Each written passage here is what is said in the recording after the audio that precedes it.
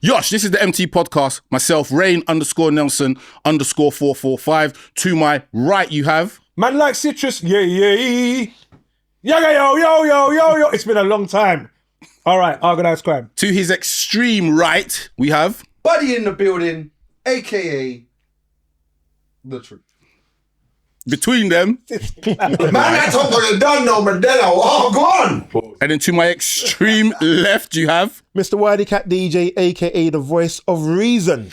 And you might notice we got a special guest inside the building. Introduce yourself, special guest. Maxwell D, simple and plain. Simple and plain. Right, so we're going to have to get into that. So Maxwell D, so we all know you. A lot of the people will know you as well. Mm-hmm. So in brief, who is Maxwell D? Maxwell D is a UK musician, grassroots from UK garage to UK funky to grime to dance or to a lot. Maxwell is a cultural generational voice. Mad. To the community. Okay, so when you say...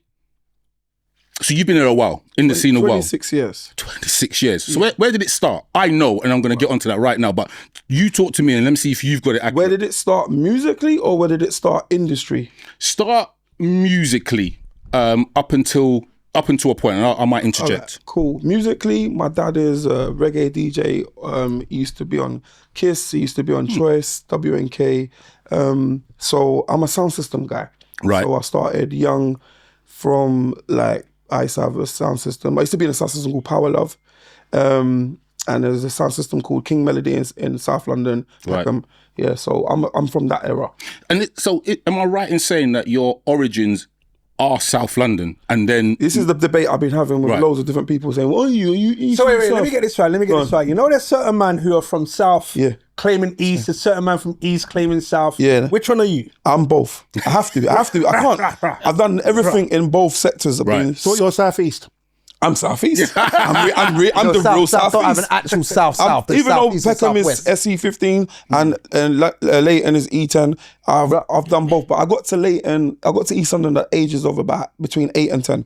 Right, okay. But before I was born in Dulwich Hospital, which was in South London, I've raised in Peckham. My dad still lives in Peckham to this day. You know, I used to go to school in Tennyson's Oval. So I've done school. I was a part of. I was YPB, Pecknam boys as well. You're a South man. And then I've done East as well. Yeah, I'm East. East is just parallel. You know, I've been there. DJ Keatley days, Pegasus, Barry's Diner, Factory, Flower Pot. We can keep going. Yeah. I've been at every segment. So then, as a artist, look, let's call it MC. Mm-hmm. Where did that start from? Jungle days. Right. So I'm gonna tell my story in regards to that. And it's funny, everyone that we have spoken to that has been around the music scene, some people have their own interpretation from their viewing it. Obviously, I was a raver, so I remember you. So the first time I heard of you, so me and the man them went to Cool School. I think it was Club. Yeah. Was it the road? Danger Zone. Warden Road. Man. I think I don't know if it was called Powerhouse. It was It was Powerhouse first, he's right. Then it was EQ afterwards. So yeah, it was Powerhouse. Then it was Belair, you went in. Yes. But he went right in. I went around them times. You know, Belair was Belair first, then Powerhouse, then EQ. Yeah. So what it is, so me and the man them came from, it was Edmonton and Tottenham link up, and then we went to East London to go Powerhouse to go Cool School. Right. So Cool School was the rave for the under 18s. Correct. And that was the only opportunity as a youth you could see Brocky Depp, Flinty Badman, They had a thing called so they had an MC competition. Right. So I remember I'm there and it was, do you remember who he was versing? Ninja B. Right, okay. So it was Maxwell D versus Ninja B. So Flinty, or maybe it was Demon, introduced them both. Introduced Ninja. Was a little... There was a few MCs on the stage. Yeah. And then me and him got to the next round. Yeah. But again, it was... Yeah. And yeah, so he got to the next round. But when they introduced the names... Introduced Ninja. It was like, boom. And then Maxwell... I'd never heard of you. Maxwell D, the place boss. I'm like... Because I had Peckham and East all in the building. I'm looking at my bedroom, who's a junglist at the time. He's like, who's this shoot? Like, we don't know. We come from North London. Then the clash started. And wait, hold on. So I tried to find this on the internet. Hey, I've actually got the tape. What's that? This is the actual. Hey, man, don't know roll with that. That's gonna go. I need that. That's gonna go for a lot of money. I know you need it. I know It's gonna go for a lot of money. We're gonna archive that. That's 101. So we're gonna talk about auctioning this. Yeah, the proceedings go to the MT podcast. Don't be coming on our team telling me we need to archive it. Like my brain out the pocket. Come on, my business brains just went on immediately. Like, yo, I've been hunting for this. I know you've been, because I think I mentioned it to you a couple years ago, and then we forgot about it. So I went to my storage and I got it, and I shouted in my bedroom, and he reminded me there was only 2 MC competitions that I remember. I don't remember the first one was MC Smalls. Ashley Chin. Yeah, exactly. Yeah. Right, yeah. So he won the first one, and then this was the second one with you and Ninja B. Anyway. No, he was after me. We was the first one, yeah. Okay, cool. Then Crazy Teacher that was after that. Right, okay. Don't put it down, Ray. No, it's not going nowhere. It's not going nowhere. Bro. He's from South, fam. What's wrong with you? You know what? Who took the tape? I know we've done tape things before, but we've never showed it in this detail. Because I was talking to my son today. Wow. And he was like, what's that? And what's that, you know? I recorded him and put it into our chat. And he knew what it was because I've told him. But he just didn't understand. He goes like, how many songs can you put on here? He just didn't understand. But anyway, a bit of history there. Anyway, wow. So obviously the clash started to happen. Right. Do you remember the lyrics that you used to win? First lyric was Street Life I Get Harder. Right. Yeah. Do you remember the you wouldn't even know, but when Maxwell bust that, Street Life I Get Harder, police them undercover. Yes, Gas came out. But man, was still raving. Wow. It was a minor thing. Ninja B came back with a... Singing, he was singing. Yeah. The gallum. When you're upon the flow, you know you got to go, ho, hey, ho. Like, I remember everything because I was there, lived it. And Rain Man. And then Maxwell came back and done it. Like, it was done. But what it was a close one. And I think there was going to be a riot if you didn't win. Honestly. So that was... But we joined. I don't think it was a joint. No, it was a joint, but I won because I ended up on call. Right. Well, right. So that's what I'm going to say to you. So, the conversation, so you won that. What happened after that? I got on call. And then, I left Rinse. Just pissed. I left Wiley and them lot. They were upset. Not Will. Well, Rinse was upset. Yeah. Because that was the brotherhood, innit? Rinse FM was like there was like if you could say uncle and nephew, that Rinse FM was the nephew, Cool FM was the uncle, you know what I'm saying? So leaving all of them lot, like Wiley, Target, and all of them lot on Rinse were like Genius and that to go to Cool FM. It felt like half sellout, innit? So who was... Sorry. Was that a mistake? What? To leave them? Yeah. Nah, because Nicky Slimting was on Cool FM. He was like the youngest DJ out there, like that was having all the big boy doublets. Man like Slimting, yeah. He was the youngest DJ that was smashing up, and he got on Cool. And the funny thing is, me and him live around the corner from each other, and Kenny Ken live around the corner from us. Right. Yeah, so he was, and obviously Nicky's uncles were like Own Living Dream and all of that. Yeah. So it was all tied in. So I used to go with Nicky to the record shops. So I've done New Shabba and done New Eastman and was meeting them at the record shop. So when it was like time to go up, like Shabba was like, yeah, let because Shabba knew what was coming. You get me? So when after that, it was inevitable. They played it on Cool FM. They kept on playing that tape. Yeah, that's where I got it from. Got rotated. So was you already on Page to Go at this point? No, there was no such thing as Page to Go. No such thing. There was no such thing. Yeah, no, don't forget to that. Born in 2004. Don't listen to them. That is. I'm asking questions, bro. That's right. You're asking the right questions. No, that's the wrong question.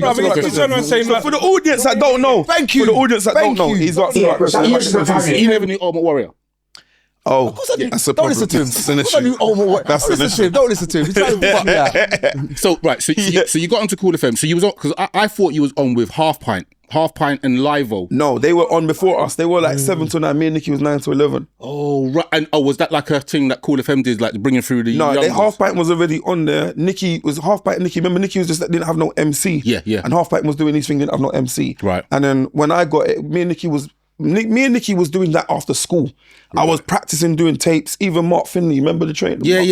Mark was the MC as well. So we would be just practicing tapes at Nicky's house anyway. So he was my DJ regardless. Yeah. So even though, remember, me, him and Blade was on Rinse FM as a duo. Right. So you had like me, him, Blade, and you had like Wiley, Target, SS Crew. Then you had like the Brown Brothers, Play Galero, and AB and that, and then Lady ST. Then you had like Paco and all them lot, and Breakfast Man. So we was all little different squads, Mystery and all them man there. They're all different squads on, and Fenton and that. You get me? They're all squads and that on Rinse FM. So we was like some. It was a powerhouse, innit? Powerhouse, underground. But so Nicky left and went Cool FM because he had a documentary. Right. And the documentary blew up, and then he was off anyway. So my mission was to follow him because he was my DJ. Right, okay. So that Cool FM thing was all planned. That's interesting. Cool. So then Cool FM did that for a bit, and then it mutated. Went to jail. Right, okay. Oh, Russ. Stopped everything. Russ. You know what Russ. In fairness, like you've discussed that there's certain things, right, on this podcast that we're not going to go into. Perfect. Because you've discussed it to the death. Thank you. You know what I mean? So we're going to skip over that. Perfect. So that happened, but then obviously there was a transition from that jungle time into Garage. How did that happen, and how did that link up happen? So when I landed, I linked up with Nicky was promoting, he went DJing no more. Target and Wiley were DJing, but Rinse FM changed. Like, I mean, D Double was like on the station doing their little jungle set. Garage was just in. I went to a couple raves and I saw like Sugar Daddy, yo, doom, I went Rex. And I was like, bruh, where's everyone gone? Like all the girls are here. You know, and the jungle thing went a bit mad. It went a bit hardcore, like drum and bass kicked in. It changed. So I was just like, where's everybody? So all the the shotters, everybody was just that's what the new swing was. So I was like, okay. So I went to a couple of raves and heard Do You Lie, Baby? Oh yeah. And doom, doom, doom. So I was like, okay, this is moving. And well, I didn't really see so much MCs at that point so much, but I remember linking up with Target and that again, and they were like, yeah, they're playing Garage and that. And it's only when I went Collie and I was like, oh, Coliseum. So I was like, okay. I took off the shade. I was like, okay. I was there, yeah. It says come off for that. I was like, so I saw like Viper, DT, all them man there. Oh my goodness, I was like, whoa, this reminds me of Steve Hyper D times. This reminds me of Jungle. And I was like, and I saw the crowd getting mad. And everybody was just, it was prestigious to get in Collie. You couldn't just roll in with the man them. Like you better have a couple of gal or you're not coming in. Or so, not be a guest list or know someone. It was on. If you weren't dressed right, you went with the right crowd, you was just getting air. So man them had to pattern up. So getting in there, and the vibes were mad. No phone, gal, whistles on. It was off. You see with a certain man with the bowler hat over there. It was on. So for me, I was like, okay, all right. So radio for me was like, back to radio. Target was like, yeah, let's do a thing. As in like, let's form something. So it was like, okay, cool. We called ourselves the Lady Six Squad crew. Wiley was DJing, Target was DJing, and I was their MC. Right. But parallels, while that was going on, there was this crew called Pay As You Go on the station, which was Plague and Major Ace. Right. And then Nicky had all these under 18 raves called Rumble at UN. Yeah, well, we played a couple of them, yeah. Yeah. So that's when I first saw, the first beef, between Pay As You Go and Heartless. Oh, right. Oh, we were coming on to that. But you're talking about the after beef. Yeah. You're that late. This was before I even was in Pay As You Go. What, so what there was a rivalry before with Pay As You Go and Heartless. Talk about that one, but I don't want to talk about the next one. Yeah, because everyone's knows that one. So the first one I witnessed at Rumble at UN when in Tottenham. Me and Bush always talk about it, and it was like, yeah, man. Ace was kind of like biting my style because Bushkin has Bushkin, Reebok. Yeah. And Ace has got that, he had a similar flow. But I didn't really know Ace that well at that time. But Pay As You Go, them lot were smashing up the radio. They had that every Sunday, the phone used to ring in and they used to have their thing popping. So I remember going to Rumble. I'd done a jungle set that day. Yeah, and I remember Bushkin coming on saying, right, disconnect, I'm all about it. They were having their little rivalry. Oh, okay. So their rivalry started from then. Disconnect. Yeah, I remember. And then, that was it. I didn't really hear anything else after that until me and Bushman became friends. Straight after that, they were one of the first people to play Serious. Right, okay. Fonty cut the dub. I was with Nicky, because Nicky was around them a lot. So I was with Bushkin and that, so we were friends. Anyway, but me and Bush separately know each other from the streets. Right, okay. You know what I mean? When you say they were the first to play Serious, what does that mean? One of the first, yeah. What does that mean? Means that before it even come out on vinyl, like I had it on dub and that day man were playing it. Like Funny played it. For the people that Maxwell made a song called Serious. Correct. It blew up in the underground scene. Oh, that big get serious. Yeah. UK scene, and it's a big tune. It cannot lie. I'm digressing from my script here, but is what and this is more to us, and then you can answer afterwards. Right. Would you say that Serious is garage? No. Oh. Is it a UK national anthem as we talk about talking the hardest, maybe forward? At the time. But you know what? At the what, time. what it is, you're gonna have to talk about eras and time. So what it is 26 years old. So within 26 years, there's going to be so many different anthems. But for that period of when it come out, was it an anthem? Was it one of the? So you know what? Serious is the first solo MC track to cross over. Period. Right. Okay. Like it was Oxide and Neutrino duo, Sosa the Crew group, but no solo MC to hit the national chart. So I was the first. And so go on. So wasn't you at this point? You was already doing stuff with obviously Pay As You Go because that was your crew. No, but Serious was done when I was in Ladies Hit Squad. Was it? Yeah. Ben's asking. Oh look, what? No, I mean, no. Was you there? Serious was made in 99. I bought the record at the time. I made stuff in 99. Support that. I bought the record. So I just It came out in what came out 2000. first. I made it like late 99, and then there you go. recorded it in late 99. And it came out when? It came out like 2000, and then they remixed it again with the Jameson mix, and that was 2001. Right. There you go. That's the one I got. Oh, so not the original. So you were in school. He went to Clear Vinyl. No, 1999. He went to Clear Vinyl was the I just original finished it. trendsetters. So in regards to that, so you, as you've mentioned, so jungle, garage, grime, funky, where you are now. So you've traversed all of those different genres or eras or whatever. What would be your favorite? What's your best one? Eras. Oh man, really? As an artist or just musically in general? For Maxwell D, if that means as an artist. Yeah, it would be the garage era. But funky was a good era too, man. Funky was a good era too. Funky was a great era too. It's a hard one to The garage era is where you kind of funky era, garage era made my name, and you know, I saw a lot of success. You know, I was doing Channel 4. It was a lot. I was on top of the pop. We done so much in the garage section that I didn't even realize what doors we was opening. Right. We was just in a moment. You know, 1 minute I'm performing at Iron Upper. Next minute I'm in shooting a video on Burgess Park. Nice. Then I'm on the television, and then I'm up and down the country doing PAs, and then like, you get me, it just was mad. Then I'm on top of the pops. Then like it just kept on snowballing. And I'm signed with Sony, and then it was just mad. It was like a snowball for about 3 years.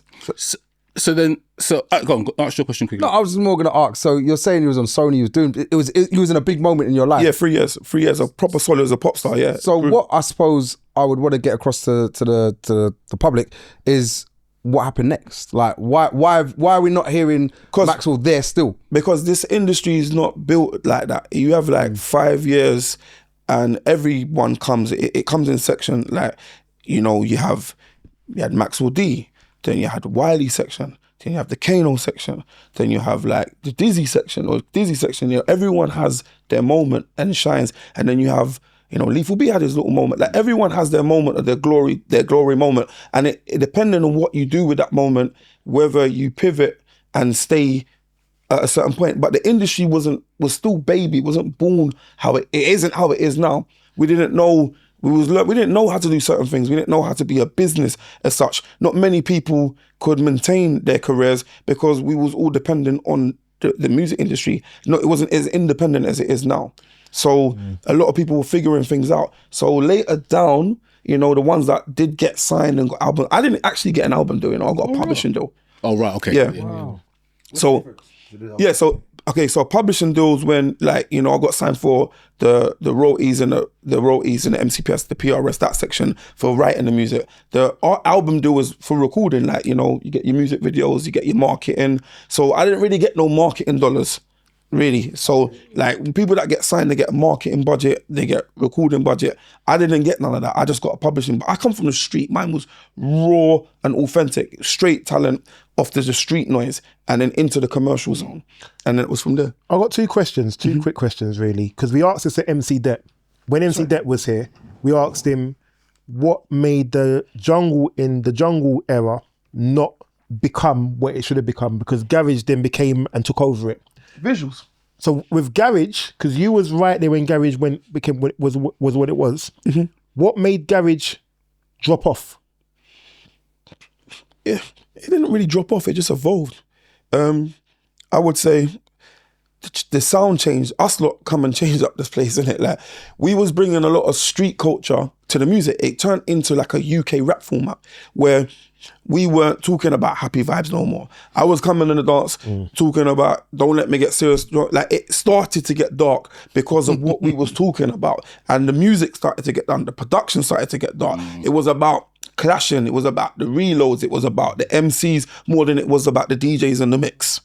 So that changed it, and then it started, people started recording mixtapes, and then that started to go rap format, and then that's when it changed. So you mentioned about the whole clashing thing. So your style is a bit dancehall. It's dancehall, but it traverses. Yes, of course. But dancehall, like obviously, I can't remember. Was you like at Universal Sounds? Of course you was. Yeah, Universal Sounds in Tottenham. So arguably the biggest Ali Pali, biggest dance at that time, probably even now, like it was bedlam in there.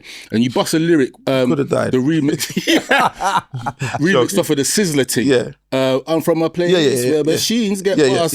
I don't know if you still want to quote them lyrics, but I mean, so your influences come from dancehall, correct? Right. So who have you pulled those influences from in particular? I grew up on Yellowman, Admiral Bailey, Lieutenant Stitchy, Papa San. Bro, I'm an 80s baby. Buddy thinks they're Pokemon names. I choose you. Pokemon names, don't make it. Hey, listen, this is before Shabba and that took over. Yeah. But then obviously I was, Shabba, Supercat, Capleton, you know what I'm saying? And then we get into Bounties, Beanies, and Rara, and the tear goes on, you get me? So that was my era. That's where I learned to DJ. I'm gonna sidestep a bit, and I know the question's in Wiley's head, and it might be even in yours. If there was to be a versus between Sizzla and Capleton, 20 tunes only, who wins? And don't tell me that they're two different artists. Don't tell me. No, I can't. Who wins? I think Capleton will take it. Why? He's got more. We don't need to question why. No. I'd like to know. Right. Yeah, I'd like to know why. He's just got a bit more international hit records than Sizzla. That's all. On the commercial fronts, Capleton will take it. Rain already knew the answer before he asked the question. Just going back to what you said, and thank you for sharing. It's a hard one though. That is a hard one. So I'm hard, but yeah. I'm gonna take it back because he should have more manners than this. Yeah. What's your socials?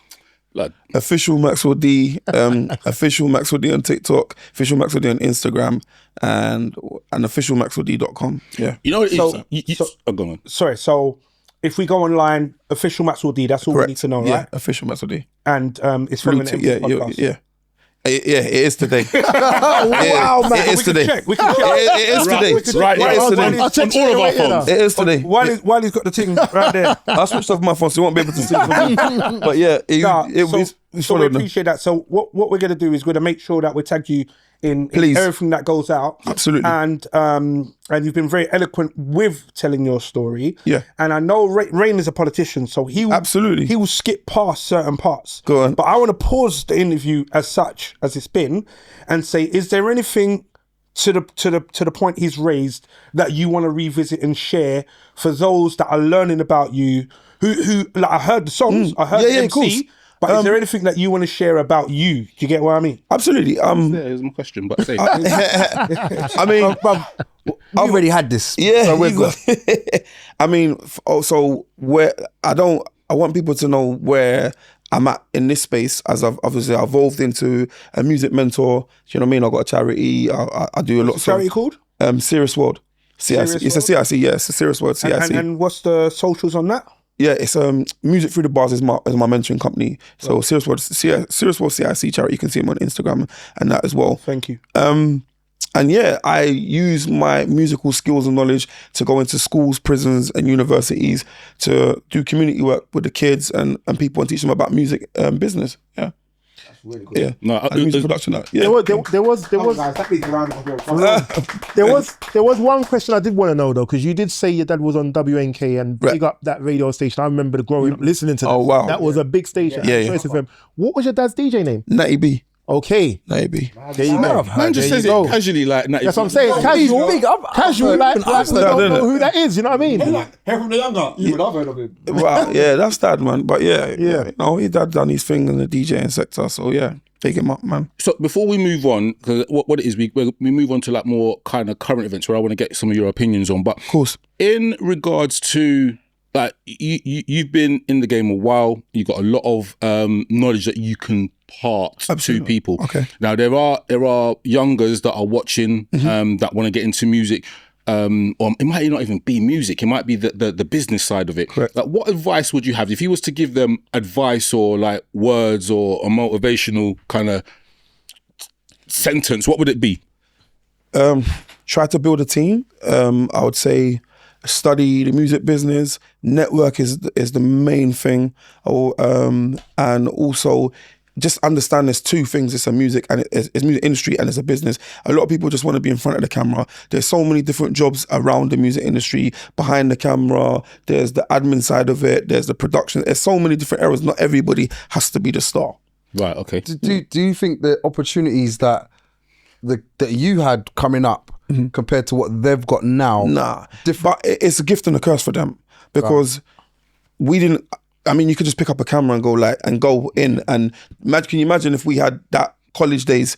You know, everyone in the college would be like, yo, like all the colleges like right now. It would be crazy, like you know. And then so it's we would have been able to utilize that tool. It might have been bigger, but now it's just microwave. Like anyone, so that means anyone. Mental health is on there. Everything's on there. Everything, it's gone crazy. So I'll say that now it's a gift and a curse, man. It's like, boy, I feel that where we are now and where I look at things back then, I feel that, I don't know, man. I just feel that it's just like the quality is just lost. Yeah. So you say the quality of the music you think is you think it's worse now? Yeah, it's lost because people are just hurried to get stuff out. Like we're not like back in the day. We would take our time and really get into it, and man would go to music house, and you know you got with big man involved now. People on Fruity Loops, not disrespecting nobody. It's nothing wrong with what they're doing, but I'm just saying it's quick, so it's people are not taking a lot of time with the music as they used to. That's what I believe anyway. All right, so what we're going to do now, I'm going to move into like, it's not necessarily quick fire, it's one where everyone can more get involved. So it's called the Range Roundup. So what I do, I look at the news, like stuff that's happening in social media. I'm going to stay away from political stuff, but it'll be more about more jovial things that are happening in the news. And obviously you might have an opinion or you might not. Where I want to start with is... 1 second, why is he wearing dark glasses, bro?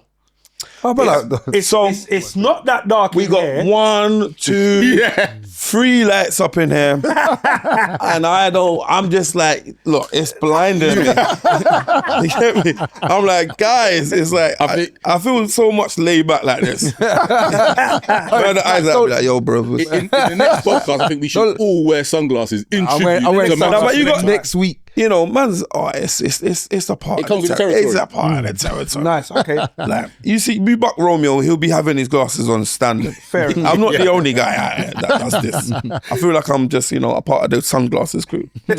So I'm gonna move it slightly on. So we're all fathers. Father's Day is the 21st of June. So in regards to it, like what do you expect from Father's Day? Listen, buy your own thing, yeah? Because you're using I don't care. Wow.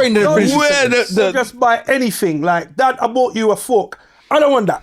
So buy your own thing, write it to Dad from Dad, surprise yourself, like, wow, what's this? Open it, act surprised, and you'll have a great day. No matter what else happens, you're good. Can I make a statement? Easy. A big statement. Go on. Is this not the day that your missus or your partner at the time takes you out and kind of celebrates you if your kid can't do it. So if your kids are old enough, then your kids do it, type of thing. Right, Maxwell, what do you think about that, and what's your thoughts? Yeah, I agree with him. I feel like when if you're in a family unit, I feel that, you know, that should be highlighted. I feel like the father should be taken out with the mum, and if the kids can't, if they're older, it's all on the kids. It's on the kids, yeah. It's all on the kids, yeah. So your eldest, I think, just got into university. He's going to university. Got in university, Yeah. So congratulations to him. Nice. You know what I mean? Thank you. So, Fair round of applause. in that, what are you expecting from him? And obviously you got other children. Yes. What are you expecting for them to do for you for Father's Day, if anything? Well, You know what? This is your advert. This is your. I'm about to say the same shit. This is where you get the chance, bro. Son. Don't mess this up. Tell them what you want. We will send it to them. I just want you to just be cool. I'm easy. I'm easy. You're dead. I'm easy. No, because you know what it is? I look at it like this. I don't really need anything. Like, he's all right. I mean, when he gets a bit older, like, he's like proper in like good job. He's doing great. He's done uni and he's going on with things. Then yeah, Then I would like a want you to look VR, after me at my older age. some I'm not meta really bothered. He's only glasses, 18. a drone. I don't really. Max is carrying like he'd be happy with, you know, them spaghetti, the macaroni thing with the glue. I made you this. No. How old's your boy? Put it on the fridge. 18. My son got me a Burberry scarf for my birthday. Big boy. There you go. My son knows what he's doing. So he knows Yeah, level. he knows the levels. But Father's Day, I'm easy. We spend some time, man. It's chilled. I like it. I like it. What about the other fathers? Yeah, it's all about. Wait 1 second. You know, Rain puts his you under so much Pressure. He said, like, listen, he pulled the tape out like it was nothing. He planned this 3 weeks ago, right? Yeah. He showed his son mad. today and recorded it on the audio so we could hear it. I heard stuttering. He was stuttering. He was stuttering. And I'm like, wow, why are you putting my man under so you know, much pressure? but in regards to Father's Day, I'm kind of like with you, Max. I don't really care for the present. It's spending time and just the acknowledgement that you know that I'm your dad and I'm there for you, and that's it for me. You know, I don't need nothing else. That's nice. Right, Bunda. Do you know, we got a voice without a mic. So, But we need to get- how we need to old get are that we opinion. talking? What's the age? range. Yeah, age. Yeah. Some of us, the youngest is 4 and the eldest is 26, I want to say. 27. Yeah, no. So we got. I want stuff. we I got a want- range. Yeah. 27. Stuffs. I want stuff. 27. I need stuff. I need stuff. I need stuff. I want stuff. I want stuff. This is my Christmas day. Yeah, you can't be 27 and not be coming up with something great. With something But like, great. so, Buddy got a 12-year-old. I've got a 12-year-old. And I can't You know what I mean? leave them alone. You got I got a 25-year-old stepson. stuff. That's stuff. But to we be got fair, stuff. I get stuff. I get stuff. Oh, I get stuff. Wait, so wait. never hear me complaining. the guy that doesn't do Christmas. What do you get? I get stuff. So Anything around to do with my football team, I get that. around the room.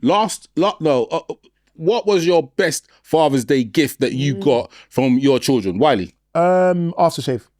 Right. Okay. Aftershave. Well, what was it? Was it No, they weren't a Zara? No, or was no, it, no, no. It wasn't a Tom Ford. Invictus. But it wasn't Invictus, you know. The trophy one, it wasn't Invictus, yeah. Okay. Boom. Max. I can't remember. What was last year? Rah, you can't say that. Yeah. No, because it's not I was bad. thinking. It's not bad. I just, Father's Day, it's a lot. What did he get me?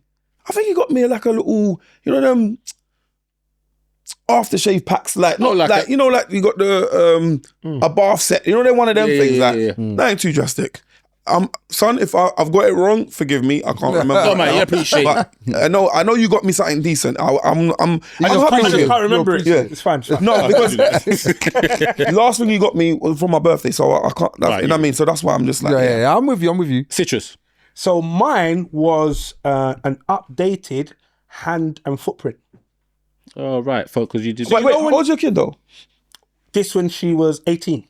So, you got one. That's like, Wait, updated hand and foot. Oh, as in she was young. I was my mental. That's sorry. I'm going to finish it. I thought we was something else. I went somewhere else. Sorry. I went somewhere else. I apologize. I apologize. No, I apologize. I went somewhere else. Man's been here for 7 minutes. Yeah, you know what it was? When you you're said, here every week now. no, because when you said updated hand, I'm thinking, wait, It's just a random thing. like but I get it. It's something. It's sentimental, innit? It means When she was love that. 3 weeks old with the hand and footprint thing in brass. See, that's what I'm saying. And then at age 18, I got an updated one. It wasn't the same thing, but just to see the two, Love that. powerful, very, very powerful. Tongo. And you know you have to pay for it as well because he's like, Dad, guess how much it costs? But you paid for it. I had to, bruv, because it was just like, oh, okay. That's not even a gift, right? That's, No, it was a gift, but then I felt bad because it cost enough. So I said, look after yourself, you know? You got Jinnled into the game. No, wait. But big him up, though. I love that. safe. Let's be honest. As Rain said, it's one thing I always say, is if you think about me unconditionally, that is Father's Day. So any action that's unconditional to the action is Father's Day. So it could be at any time. It could be like, I walked past the shop, I saw an Arsenal scarf and an Arsenal hat. I know my dad likes Arsenal, he's not a Liverpool man. So I bought him that. Do you get what I mean? So that is unconditional because it weren't pre-programmed. They did it because they know what you like. And it could be making a meal, breakfast in bed. Arsenal? No one asked you that. Okay. It could be any of all the above. However, like all jokes aside, any unconditional act, trust me, as a man, we don't ask for it, or most of us don't, but we really, really appreciate it. Does Mother's Day go the same way? Listen, they get everything. I'm just putting it out there. No, but big up all the mums because Obviously. You know, do you know what? This mother and father's day thing is the beef. It's a beef, innit? Always. Sorry. Do you know what the crazy thing is? I'll tell you how you measure the difference. Go on. Look on Instagram on Mother's Day. Look on Instagram on What? I see the mothers getting big up. See the difference. See the mothers getting big up on Father's Day. It's like. Now they get. But do you know why? After do you know why? Scroll, you're now seeing cats doing backflips. But do you know what? Because nothing else is being uploaded. But do you know why? You know why? It's because they carry the child. And it's a different thing. No, brother, you know what? No, forget the likes. You gotta just be real. Of course. Likes, forget the likes. I don't need the likes. Man, I don't want your likes. At Maxwell D Official. I don't want your likes. I'm just looking at it from their point of view. We respect. But I'm not saying that I agree with it. I'm just telling you what most probably going on in their mind. Like they carry the child. It's the mother. It's the Mother Earth. You got to look at the whole world the way it's all set up, brother. It's the woman, the womb, everything. It's like nurture, mothering, loving, gift. Come on, obviously they're gonna get the extra treatment. Why is gonna clip that? What did you get, buddy? What did I get? Yeah, Father's Day. Do you know what? To be fair, That's till last. the things that I liked out of what I've got is probably a mug just saying best father in the world. Okay. And I thought to myself, and the reason why I liked it the most was because he paid for it. That was it. Great. And I thought to myself, took the time out to say, you take it out of your money. You bought me that. No one else, not my missus, not anyone else. You bought me that. And I thought I appreciate that. That's really lovely, man. Tongo. As corny as it is, a little Superman cuddly toy thing that said best super dad or something like that. Okay. And also got paid for me to go out for food with my child. I love that. You got all right. Okay. So okay. Cool. When he said he got paid, I thought there was like a salary it processed along with like, They got paid. and then you're on 1850. We have to pay you to make you see your shit. So I'm going to move on to the next one. So this I think happened this week. So Kanya King. So she was the founder, the brains, the genius behind the MOBO Awards. So she unfortunately passed away. I believe she lost her battle with cancer. I believe it was colon cancer. But if we're incorrect, don't quote me on that. So I think it's just like and you know what? I haven't been the biggest fan of MOBOs because it was the thing of music of black origin rather than black music. Obviously, it wouldn't have the same, you know what I mean? But I performed there 2 years ago. How was it? I was there last year. Yeah. But this was this year, and I performed 2 years ago, 24. MOBOs was, for me, I was a big fan of MOBOs growing up, watching it on the TV. So to actually be there then be on the stage and then perform was epic still. And obviously, I met Kanya a few times. She was cool. And what was she like? Like what was her? Did she have a vision? She knew about everyone in the scene. She weren't no one just sitting at the top not knowing her stuff. She knew her stuff, man. And from the energy and how I met, she was cool. I have nothing like negative to say. No, it's not. I think she's negative, but all MOBOs. I just feel that she gave a platform. There's so many ins and outs of what people think about MOBOs and how it could do X, Y, Z and whatever. But the way that we've got to remember, we're in this country. Yes. Yeah. And we're like about how many people in 2%? Are we 2% in this country? Yeah. So we're up against the odds. No matter how much we want to celebrate what we do, there's always going to be a ceiling for us in this country because, you know, they got the Brits, they got like other things that they don't really, let's be honest, they don't really rate our thing like that. So she's been fighting through the trenches for the odds. And unfortunately, we as watchers, as people, we want it to be like, no, do this. We want it to be like this. But she's got different, but she had a different battle. She got us through, done that, and for how many years? Well, and this is why I can't take from what she's done. You know what I mean? There are little things that I'm like more recently was the tribute to Grime that happened. Was it 25 years or 20 years of Grime or whatever it was? What didn't you like about it? What I didn't, it's not I didn't like, I liked that, but I thought they missed an opportunity with Terror Danger passing away to mention him because he passed away in that year, and then obviously there was I can't remember his name now. See, what it is, like R.I.P. Terror. Terror was a big instrument to Grime. Definitely. But I feel like the more so, if Terror may be an artist that went into the charts and was a bit more commercial, I feel like it would have been like that. I feel like Terror is, to us and to all the Grime people in the industry, is a very Grime cemented rock. You know what I'm saying? He was, you know, pioneering so much things.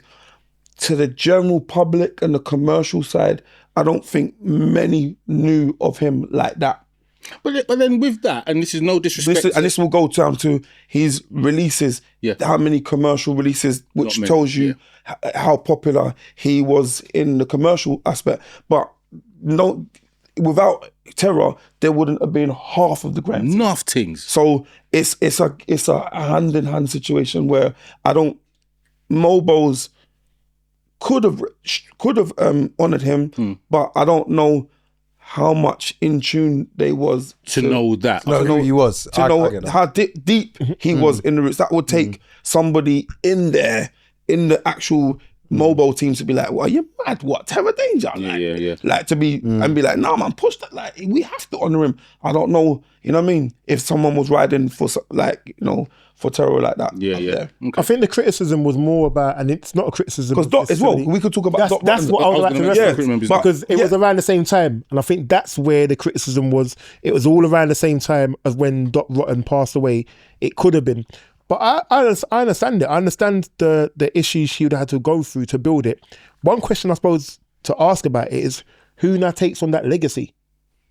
For what? For the Kanya? No, because she built what she built. Yeah, that's who do we see today that would be the person to take that on going further? That part I wouldn't know. Sorry, I'm gonna plead ignorance. I wouldn't know. What I hope someone steps up for MOBOs. No. What was it? What did she do? It was her brainchild, whatever connection she had in the inception of MOBO. So from the idea of MOBO to bringing it to, I think it was on terrestrial TV, and then it got moved on to whatever channel it was on. But she fought people in those corridors of power to get this on TV where it was recognised. And I dare say her original idea was not MOBOs, but then someone from a marketing point of view said, right, you're gonna have to include other people to get your thing on the TV.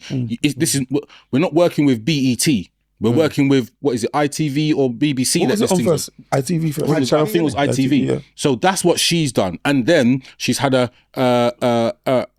say in who comes through. Like, you got to think the categories on there, whether it be best dancehall, reggae, grime, like, you wouldn't have, like, you just, I don't know, Brits. I haven't been to the Brits. I don't know if you've been to the Brits and seen that setup. Like, do they even recognise some of the stuff that we do? Like, they're not going to have best drill artist.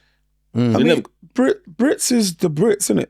What you said it, Brits, Britain. You know what I'm saying? Like, no, but that doesn't mean. To be fair, that doesn't Britain meaning that it's more British, more commercial British music, pop music. It's but that drill, labels, record companies. No, wait, Maxwell. The drill and grime isn't necessarily not British. So if you tell us, no, it's definitely British. Yeah. I'm 100% it's British.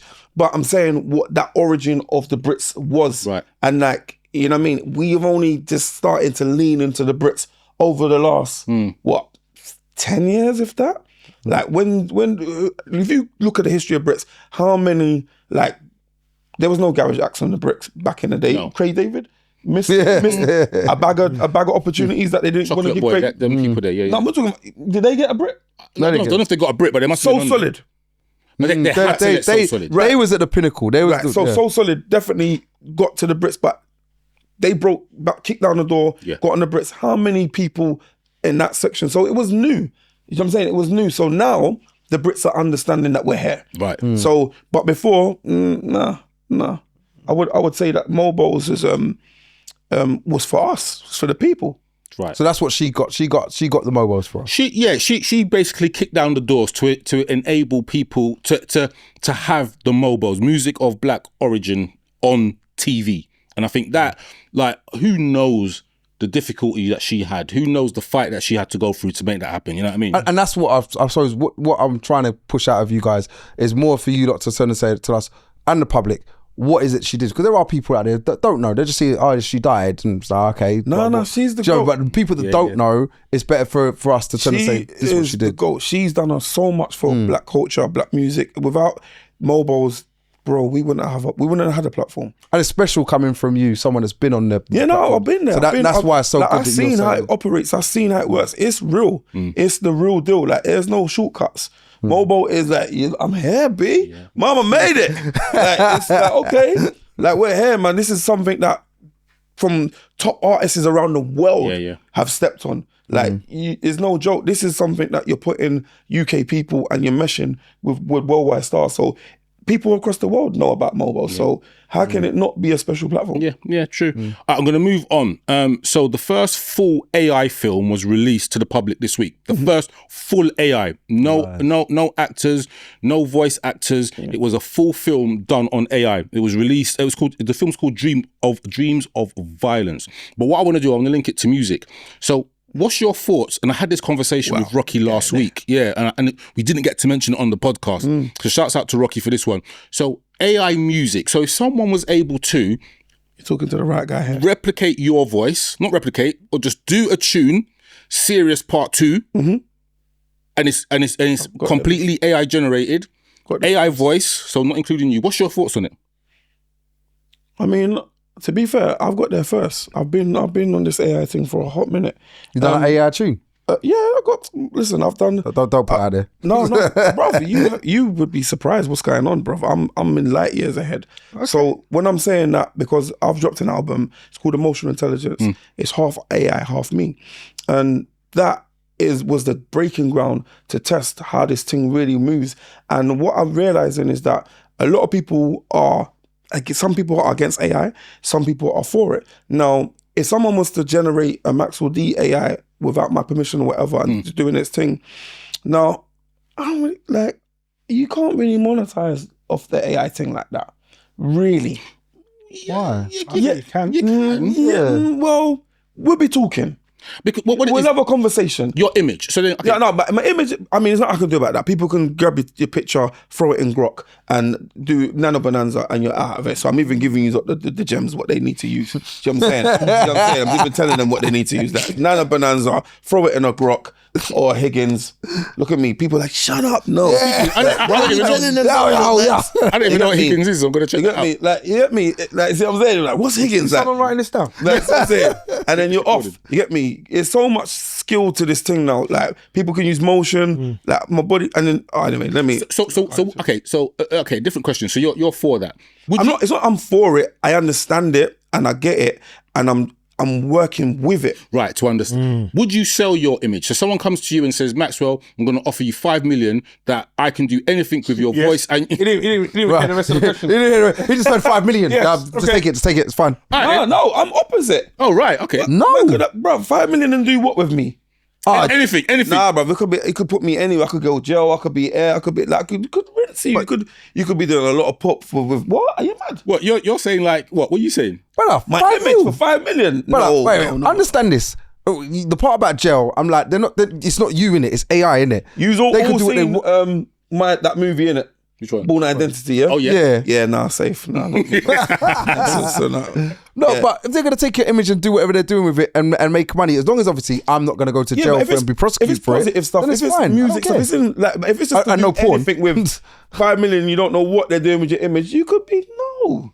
So you sell your image, buddy. That and no porn, and then we're good. Just whack your face on And then we're good. on Steve. You get me? Steve, Like I said, Steve with that and no top. porn, and we're good. Nah, bro. Nah. Do you know what it is? Worry. Beanie Siegel had a tune Yeah, I heard about with Jay the Kiss. Now Beanie Siegel's had a lung issue, so his voice is gone. He can't. The voice of him back in the mid-90s, early 2000s isn't the same. But this AI tune, it sounds like Beanie Siegel from early 2000s. I'm for that because his voice can't sound like it used to. He can't rap like he used to because of how his breathing is. When you're talking about making it become, well, you know what? With the Drake tune in it, the Drake tune with Tupac. With Tupac and Biggie. Yeah, Taylor. that there. No, I'm not for that. I mean, look, at the end of the day, But who wrote it? yeah, I'm about to say, who wrote it? Like he wrote it. Drake wrote it, and like he? Drake wrote, he wrote it, and it's in Tupac's voice. That's all it is. You can hear the rhyming scheme. It's blatantly Drake, but it's in Tupac's voice. I mean, that was an artistic approach. He was showing you what was coming. Like, remember when he dropped that? There weren't really much AI stuff going around. He was letting you know these guys are ahead of the time. So now it's just flooded. Like, it's AI everywhere. This one. So he's just showing you what technology is about. And I mean, people were like, what are you doing, bro? That's an idiot move. But now look. I mean, I've got, What's there's that? there's AI tunes out there, and I could play you lot a list of them, and they're wicked. I'm not gonna lie, some of them are just like, I'm listening to them like, right, I'm this is a letting you tune. guys know this this now tunes. for promotion. I've been working with this AI thing. I've been writing and I've been killing it, and I've been using my own stuff as well. So I feel like I've made a whole new lane and a whole new body, or like an extra person. Because what it is that people are like, oh, AI this, but who's right? The AI can't function without the human. So only before Rain, I know Rain wants to skip off, but before he does that take away the artistic stuff that from us? So you're putting stuff into AI is doing a lot of the other work, and it's like, well, that's taking away the artist. Do you know what I mean? I want to hear Maxwell. People couldn't sing. I don't want to. People couldn't sing, and there was auto-tune. People couldn't do whatever. Then they sampled it. We're in neon. Yes, we're moving with the times. It's always gonna be new stuff. New stuff, I think yeah. it's just so everyone's just like, what AI? It is a big, massive debate. Huh? Many vanilla. Yeah, Where it was a completely different people singing. Thank you. Like, the times are changing, and I think we're not ready for this kind of AI change. But bruv, when I tell you, there's robots out there that are doing a lot of stuff. Yeah, in your yard, pick up your stuff, doing this, doing your cars, this, that, driving with no driver. What's that? So basically, we don't need Maxwell here next time. We just get the AI version. We're good, Bruv, isn't it? I'll send you the hologram. I'm in my yard. Yeah, just blow me up. Well on you, man. Giggling just like that, drinking my drink. Like, the hologram just pick up the drink and just put it on the sofa. Just one big wet patch on the sofa. Like, what, you know what I'm saying? Yeah, but I mean, honestly, I know people are gonna be like, what's he talking about? But try and understand. We are in 2026. Yeah. Trump's on the TV talking about aliens, bruv. Know what time we're living in. Yeah, understand what time we're living in. Next levels, here we go. So the get with conspiracy it. one, I told you, it's coming. So as a leader, not a follower. Thank you. You know what it is? And closing before I move on, is the AI thing, like, I'm worried for it, but I get it, because remember, X amount of years ago. But you watched Terminator, though. No, you know what it is? I don't get no blood. I watched Terminator 2 the other day. But anyway, no, the point I was making is that you got to remember there was a point where people had cash in hand and didn't use the hole in the wall. And the hole in the wall, as in like the ATM. And that was alien, innit? That was raw. We're in the future. And now it's like nothing, to the point where we don't use the ATM now. We just use our phone to do it. Yeah. And that's a Sorry, madness. just before you move off, bro. If I go places and man's like drawing for cash, why do I look like a criminal? Because I got cash. I got like what? Cash they look at you funny for taking out money, bruv. Cash. That's what's happening right now. I can't lie. If my customer walks up to me with cash, I just sigh like, Well, just transfer it to my account, that's please. what I'm like, just so imagine transfer it. cash is flipped on us now. Like, where's your card, bruv? yeah. Yeah, that's what I'm saying. I'm a cash man. I like that. But what I will say though, because we're on time constraints, I know we've got one more question and then we've got to mix it up. Okay, cool. Whatever. Yeah. All right. DJ AG. So the reason why I'm mentioning him is Big up AG. he has got his dance coming up, or the festival. The 21st. Is it the 21st? Yes, the 21st. 25th. The 25th of July. Sorry, age, if I got that wrong. If we got it wrong, we apologise. You know what it is? It's 25th of July. It's more about, like, I just think that he's someone, and I've always championed and spoke about him on the podcast in regards to what he's doing. And I just think he deserves any kind of plug that he needs to do, like giving up a good job, like in the gully days where he was out when no one knew about him. AG is the modern day hero for the community. I mean, I was in AG about a couple months ago in a school. Yeah. You know what I'm saying? A school that I was doing a workshop in, and AG come in, and you know, when he said to me, I was like, so I said, obviously I provide a service for them. I charge them and etc. And then I was like, yo, you're right. He's like, yo, I'm doing this for free. And I'm like, you're doing this for free? Glasses came off. Like, raw, okay, bro. Yeah, man, I'm rating this. You really are about this thing. Your hair, big, getting the thing up. I even helped him carry up the thing up his decks up the box, yeah. And I'm like, yeah, bro. Like, you are a true, like, you're not normal. You're not just like the poster boy. Like, you are the real deal. You are the boy. Yeah, you are the real deal. You are the community people. You are here because you believe in what you're doing and you're helping. And people are like, oh my God, it's AG. Like, yeah, man, I'm 100% supportive of AG, 100%. Yeah, the festival's 25th July, Cocktail Playing Fields in Barnet. Yeah, so I just wanted to mention it. I don't know if anyone's got any other comments on it, but I think he's doing a good thing. The lineup is hard. Yeah, the lineup. I'm going. Standing work. I think about the country. I would have went. I mean, he should be out of the country at that point, but I mean, that's another story. Big up AG, man. He's the man. You didn't book me though, but yeah, big up. Yeah, but you know what? I'm joking. AG budgets. We're gonna tag him and tag you, and then love AG. He's my bro, and hopefully AG can come on here after the AG Fest and talk to us about how good it was. You know what I mean? But exactly. I just wanted to mention it. So moving on, we've got two more. I've got two more. Sorry. Serena Williams. I don't know if anyone saw. So she made a comeback. In a doubles match, and it was at the Queen's Tennis competition in England. Now, she looked all right.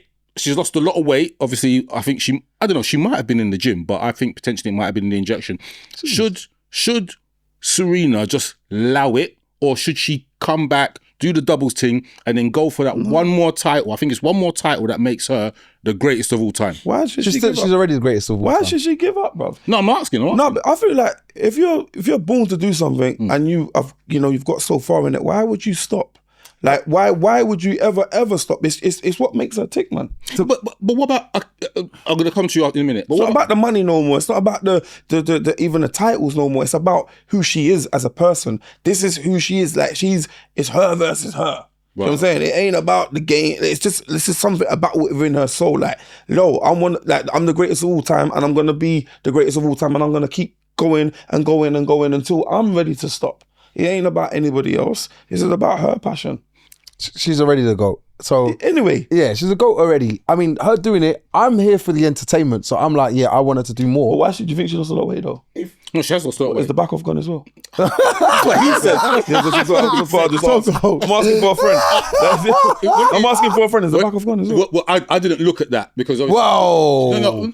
In what I saw, I didn't watch the match. I just saw shoulders though, innit? She's got all the. You can see that she's got obviously power, but it's a long time since she wore that black Nike catsuit thing that had the ripples in it, where you could see what she was dealing with in regards to the power that she had, and then the solidness or the athleticism in her physical makeup. It's like one of those if you used to run at her and you could be like hitting a brick wall. Yeah. You would be on the floor. Yeah, any of us would be on the floor. Like if you run into her. The thing is, I think, from what I saw yesterday, she looks more like her sister. Venus. You know, her sister was quite slender, powerful as well, but she was quite. Venus slender. lost it basically. Good question. Who is like? Yeah, I'm gonna say it. Who's a better? They're both beautiful black women. End of. To be fair, so Serena is 44 now. And I think it's going to be... So what is Venus then? Yeah, Venus must be about 45, 46. There was only like about a year or so in difference in age. Yeah, they're the closest sisters. But Serena retired one title away from tying the record of 24 Grand Slams. So I can understand it. Listen, you're going to be thinking, yeah, I've got my family, I've got the money, I've done what I've done. Everyone says I'm the best, but I want to prove I am the best. That's what I was saying. And that for me... She wouldn't get another Grand Slam. But that for me is going to make me say, you know what, I can't go and retire without trying to attempt to beat 24. Yeah. And that's what it is. I remember she lost, was it 2 or 3 Grand Slams before she retired? So she could have beaten it and lost the Grand Slam finals. She ain't looking to leave like that. No way. So is it my man? What's his name? Nadal? Nadal. Yeah. He's the top boy, isn't it? Is he still the top boy? No, Djokovic. there's No, nothing. Djokovic was before him. Yeah, but Djokovic busted. there's new man. There's new man. Oh, Yeah, but Djokovic is the top boy. In regards to Serena, if Navratilova could do it and keep going when she was older and kept playing because she loved the sport, why can't Serena? So to answer the question about the men's singles, Djokovic got 24, Nadal got 22, Federer got 20. And then the next one after that is Sampras 14. Those 3 there dominated tennis. Okay, yeah, Federer, done. Yeah, Federer. Yeah, But Djokovic is the guy. Djokovic is definitely the guy. He's the guy. He's the guy. All right, I'm going to move on. This is going to be the final one, I think. Yeah. World Cup. So as we're sat here recording, the World Cup opening ceremony has probably happened. It's happened. Can I just say, as a Jamaican, what's happening to us? Brother. It's a painful subject. No, it's not painful. It's not painful. I feel like It's not painful. I feel like It's not painful. there's a witchcraft. There's some voodoo business going on. But It's not even that. No, because I don't. Do you know what I got to address it? I'm going to address it for you. I'm going to address it for you. And I'm going to address it for him. I'll tell you what it is. We trying to say can. it's a cool running Because thing. what it is. Is that what you're trying to say? Is that what As you're a trying to say? Jamaican, no. You're trying to say it's a cool running thing. Max, You're killing as us. a Jamaican, if you was the best footballer in this country right now, you playing for Jamaica or you playing for England? Honestly, like think about everything. Nah, man, guy Jamaica, man. Don't back Man, you're a liar. I'm a proud Jamaican. No, you don't. I'm playing for You tell I'm your playing for age. England. You know what? You know England. Wait. After If I'm a all the runner- ancestry wait, stuff, listen. that's you're gonna talk about England. If I'm a runner, I'm running for Jamaica. If I'm a cricketer, I'm playing if you had cricket for Rasta the West parents, Indies. you'd be playing for Jamaica. But if I'm a footballer, I'm playing football for England. Do you know? Put this out there. Put this out there. I'll tell you this. He's a glory hunter. That's No, what it is. brother. Why? What That's is what it Opportunities and the way that football is run. As a Jamaican, No, I'm talking about World Cup. Jamaica- If all the British Jamaican players went to Jamaica and played, chat to me. brother. They're still probably still not making it. brother. This is the problem. See, this is what happens. There's too much fish and chips going on here. That's what I'm saying. There's too much. There's too much. I get it. Listen. We've forgotten. We've forgotten about the hard food. What it comes down to is all right. So name me a Jamaican a British player with Jamaican heritage that should be in the Jamaican team now. Raheem Sterling.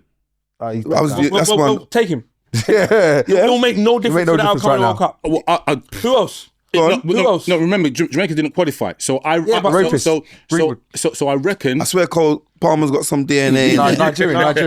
No, he's not. Where is it? No, he's not. He's not Nigerian. No. Wait, Ancestry.com said what? Sorry. St. Kitts.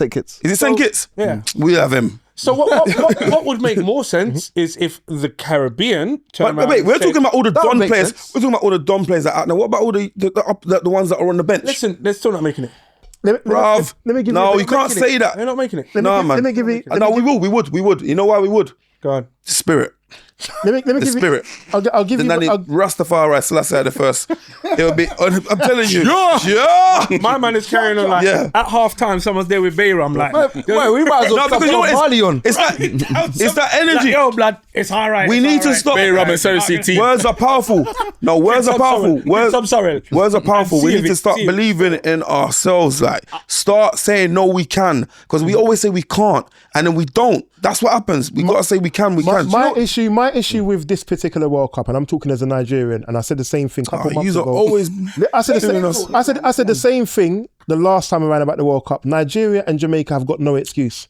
Because both of those countries, there was a bigger pool of teams from our areas who could qualify. And in Jamaica's case, Carousel. America. Sorry, what do you mean? So in Jamaica's case, one second. Wait. Go on. What do you mean when you say that? So there were 48 teams. And in Jamaica's case, in particular, I could say Nigeria we had opportunities to qualify as the group leaders. We could even go through the playoffs. In Jamaica's case, though, the three strongest sides available, Canada, America, Mexico, Yeah, some were stitch up already business are there. gone. So there's no excuse for Jamaica not to have qualified. There's no excuse for Nigeria not to America have spent a qualified. lot of money on their football team, bro. But they were already there. Already That's there, what I'm so saying. we didn't have to face them. So realistically, we can't be. I'm Korea. vexed. Can I just say Right, Ghana and Jamaica were all one? Yeah, There you go. yeah. Jamaica and Ghana were all one. So if Ghana are going through, then it's Jamaica, really, innit?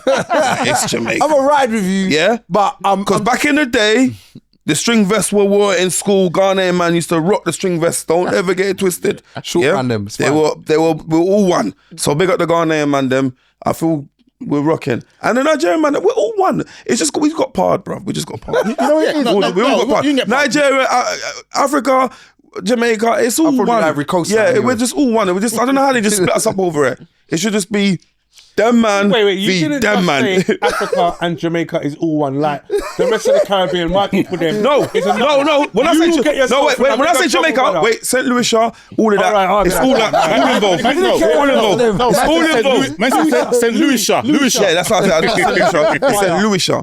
St. Lucia, Dominican Republic, all of that. It's all one. It's all one. You get me? We're all one, but we're just not going to get into that. That's a whole next episode. But The reason why I brought up the reason why I brought up the World Cup. The reason why I brought up the World Cup is because the referee from Somalia, Yes. who got turfed. Oh, I say the referee. So the referee. So for people that don't know, one of the referees, very experienced referee, he was denied entry into the US. They searched him, interrogated him for 11 hours, I believe, and then sent him back home.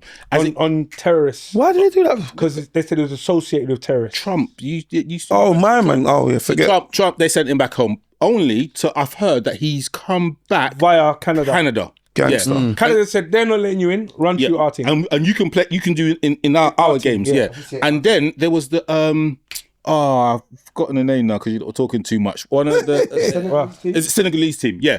So they were searched on the tarmac, I believe it was. Yeah, mad. Had to sit in chair. And so is this? And they're not going to like this when we clip it up. Is this racism from the US or is it precautionary? Bearing in mind that these are sports professional stars. You Max. think to tell me they haven't got their credit check file? Please. These people have got drones flying all over the place. What are you talking about? They know who they are. Everybody there. They know who they are. Yeah. They know their mums, their dads, the national security numbers. They know what they are. So I Like, think they know because it's what it is. What it is. Sometimes Ice, you have, baby. You have to make You an get me? example. You have to turn around and wield power in it. So what's That's what it is. Yeah, that's a good point. what's the leader of FIFA? What's his name? Infantino. Yeah. So Does he like black people? He was asked a question. That's a good He was question. asked a question about the referee. He was asked a question about some of the fans who have been turned away in the US, not the country they left, the country they've arrived to, been turned away, and said, "Is this now a shambles and a dirt mark on FIFA's name?" And he said his response was, "You guys need to chill, just chill." And I was like, That's What? he said. no, it's not all he said, but this is what he led with. And in my head, I'm like, these guys do PR training, they do all of this kind of interview training. And someone said to you, when someone asks you a question on this because it's trending, tell them to chill. In my head, I was like, this is such a general spot. We have to sometimes understand the world that you're in and the countries that you're sitting in and the things that people them are doing. And people only treat you the way you let them treat you. Because if you think about it, imagine every black player just walked out, not black player, let me not even put it like that. Every player that cared walked out onto the pitch, and I've said this before, and I got chastised by the boys, And sat down in the middle. and sat down in the centre circle. Guess You what? do the national anthem, I'm going to sit down in the centre circle. You know what? Everyone's afraid Just of their. sit down. Everyone's afraid of their bills not getting paid. Everyone just sit down, back to back to back to back to back, in a big circle. Just sit down and let them do whatever they're doing. All of a sudden, people will be like, this isn't on the script. Like, yo, can we cut to commercial? You know, all of that kind of stuff. All of a sudden, you have to stand as one. But if you stand as an individual, you get shut down, you get locked down, you get saying, he's a bit of a madman. One second. You know what I mean? But you have to do something. And the whole concept of if we do nothing and moan about it online doesn't get enough attention. If you stand in the middle of the Riddim and make your voice heard, people have no But you know choice. why no, people can only do so much. One online. second, Max. Go on. I got to respond to that because you're saying that, and Senegal made a stance in the African nations, and they walked off the pitch because they felt there was an injustice, and they walked off the pitch. We thought, great, you did that, You came back, you won the trophy. We're all happy for Senegal. They suddenly said that you didn't win the trophy. We're taking it away from you. Morocco won the trophy. Where's the trophy? Well, where is it? Morocco on the official books? Cannot. They've put down. I know what we believe, When and I the know Prime what we're sitting Minister there saying. of Senegal has got it in his office and says, "Come and get it," you man have got the trophy. But Them in man the books, when you look when the moment's gone, because the moment will die down and it will pass. And when that's gone past in the next 10, 15 When years, people look back on history, people look back in history, say Morocco. It will say Morocco. It And won't say Senegal. There'll be an asterisk next to it. And there'll be the picture. And with the asterisk, like if Morocco won, show me the picture of Morocco and With the trophy. doing that. When you can't see No, that, but people are so fickle all out of a here. sudden- They'll just read things and be like, "Oh yeah, Morocco." Bruv, you say- they'll try like in say- the history lesson on that. It was Morocco that won the World Cup. You Let's say sort them that. out. It was Senegal. Juventus got a lot of their trophies in the 90s taken away from them. All right, and now all of a sudden they've been scrapped. They've been gone. They've taken them away from them. So no one Who's really the talk governing about body them. there though? It's the Italian one, isn't it? Right. think- and the Italians are just corrupt. But sorry, you know. I think one thing that for me about this whole thing that has been different, or that I've really been annoyed about, when it was Qatar, do you remember the backlash the media gave to Qatar? Yeah. I've not seen the same level of backlash to this American World Cup. And I have to say, there are undercurrents ridiculous. as to why that is. Forget And it. I You're think missing America, you're innit? missing one vital point. Where is the World Cup this year? No, the World Cup's in America. There you go. But what I'm saying, when the World Cup Partly. was in Qatar, we didn't see the same. We saw a heavy amount of backlash onto how Qatar was running it.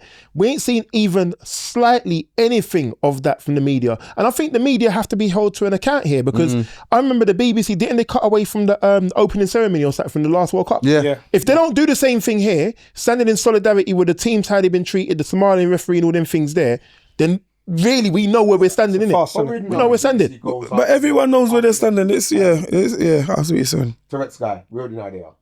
True. And the Liverpool parade numbers. So You really want to do that? Rain, You really want to do that? You really? but Rain, thank you very much for your roundup. And at this point, we are going to pause. Maxwell D, this segment is called Empty the Clip. You have 90 seconds of quick fire questions. We need you to answer the questions. No hesitation, no pauses. Just keep it moving. There are 90 seconds on the clock. Disclaimer. I am just trying to go with life. Can you confirm your name? Maxwell D. Your time starts now. Garage or Grime? Garage. Early bird or night owl? Early bird. Pay as you go or contract? Contract. Rice and peas or jollof? Standard rice and peas. Air Max 95 or 97? 97. Head or heart? Heart. House party or rave? I'm a house party man still. Text or voice note? I'm a voice note done. Wiley or Dizzy? William. Leader or team player? Team player. Planting or festival? It's going to have to be planting. Planner or spontaneous? I've got ADHD, spontaneous. East London or South London? Oh, you did Quick fire. Southeast. East London or South London? Quick. So how far are you going to hate me? Beard or clean shaven? Boy, right now that's a bad argument still. Tea or coffee? Bun, both. But out of it would have to be tea. Loyalty or honesty? Good one. Loyalty. Pirate radio or podcast? 10 seconds. Pirate radio. Okay, you've got 2 questions left, very quickly. Studio or stage? Stage. And your final question, Maxwell D. Channel U or MTV Base? Channel U. This has been your Empty the Clip. Can we get a round of applause, please? Oh, you got me. We're done with you, bro. We're done with you. We're done with you, bro. I have to go where I'm born. If I deny where I'm born from, bro. you can't deny where you've been born, No, of course bro. you can. Boom, back after the empty the clip. Shout out to Citrus, Maxwell Ranger. Yeah, you got in the me, building still. So we've got we're coming towards the end of it, but we want to ask the question. We ask this question to everyone who is a artist, MC that's in the scene. In that cultural part of the scene. Yeah. Yeah, cool. But I always forget the exact question. What was the exact question? 'Cause I don't want to. So what it was, there was a lot of controversy that came up in a comment that one of our guests made, where he was talking about MCs and the evolution of MCs. And I think Rain was talking about the MCs of today do not MC. No. More like, His term was actually they don't ride rhythm. Right. Yes. So the example that I gave to Det and the example that I discussed with Supermax was that certain MCs, and I used the example of Skibbity, Hyper D, Kano, yourself. No, not even that Kano, yourselves. Gets, you know what I mean? If you had a track like garage tunes or grime tunes were about 6 to 7 minutes long, you could have Mac 10, for example, mix a tune, 6 minutes played, mix another tune in, and the next tune comes in, and the next 6 minutes go. So 12 minutes, 10 minutes, and gets maybe yourself. We can spit for a long time. The whole time. But the house MCs and keep it consistent. Yes. And then have your hit lines in there. Yeah, you know what I mean? Yeah, of course. And I say that and what the response, what the thing is that the house MCs don't necessarily do that. Now, I understand they don't have to do it. No, it's not bad for that, yeah. What's your thoughts on the lyricism that comes with what you do, maybe in comparison to what others do? I'm not going to say any genre in particular, but you've got house, you've got funky house, you've got drill, you've got grime, you've got garage, you've got hardcore, you've got happy hardcore. Every genre I've just mentioned, the MCs are different. Well, what's your thoughts on it? I feel like a lot of live stuff is call and response. Right. So when you're listening to garage was that, and that's why I say that it changed with grime because it started to get a bit more lyrical. We started to talk, it weren't about 16s. I remember saying to Ace, yo bro, there's no point dropping these 16 bars, these people are drunk, they don't understand the word that they're gonna say. You just need to be just talking about your punchlines. And then every time I saw it, like you could see it I took that from the jungle rave. Junglist, are you ready? Deal with the matter. So it was everybody's punchlines that made the standard out. All that, like all the skippy parts, people, the diehard fans knew that, but the general public aired it. They didn't know. So garage, same thing. Viper, I hold a mic on the lyrical chat. It all stood out, like DT, whatever. So as that went on, I realized that it was a lot of call and response, and I made sure pay as you go when we was doing our thing. From No Weed, Serious, Wiley, Major Ace. That was our MO. As it's progressed onto the years, different genres, funky house, same thing again. A lot of, I would say that kind of world is not built for lyricism. Right. It's just not built for it. It's a party goer thing. It's for people to have a good time, call and response, lyrics. But what's happening is that even in that scene, they don't really want other MCs to come in because I feel like they feel that MCs crush the things. And I have my own philosophy behind it. I could be wrong. But I believe that they don't really want MC tracks because I feel like it's a DJ culture instead of an MC culture. And when it comes to MC culture, it's more about the artist. It's more about the thing than they have an outfit, they have a face, they can go commercial, they can go in the charts. And then it's all about that particular person, that particular artist. And then in the DJs and that, if they're not producing, then they're just getting left out. Are we over the MC culture now and more on the DJ phase now? I think the world's on DJ culture, full stop, because everyone's streaming live. There's more headlines, black coffee. It's more that culture anyway. But me personally, I need an MC in a dance. But I want to hear the music. Do you know? I'm giving you a no. That's good. That's good. I want to hear the music too, but I can't just hear beats all night. I need someone to guide this night through. I need you to talk to me. I need you to guide in that to tell me what's. Oh, the mix is coming in. Yeah, I need a call and response. But then I need a host. I don't need a man like. Which is true. I don't need you to be coming and seeing it. What's happening is the rhythms are getting darker.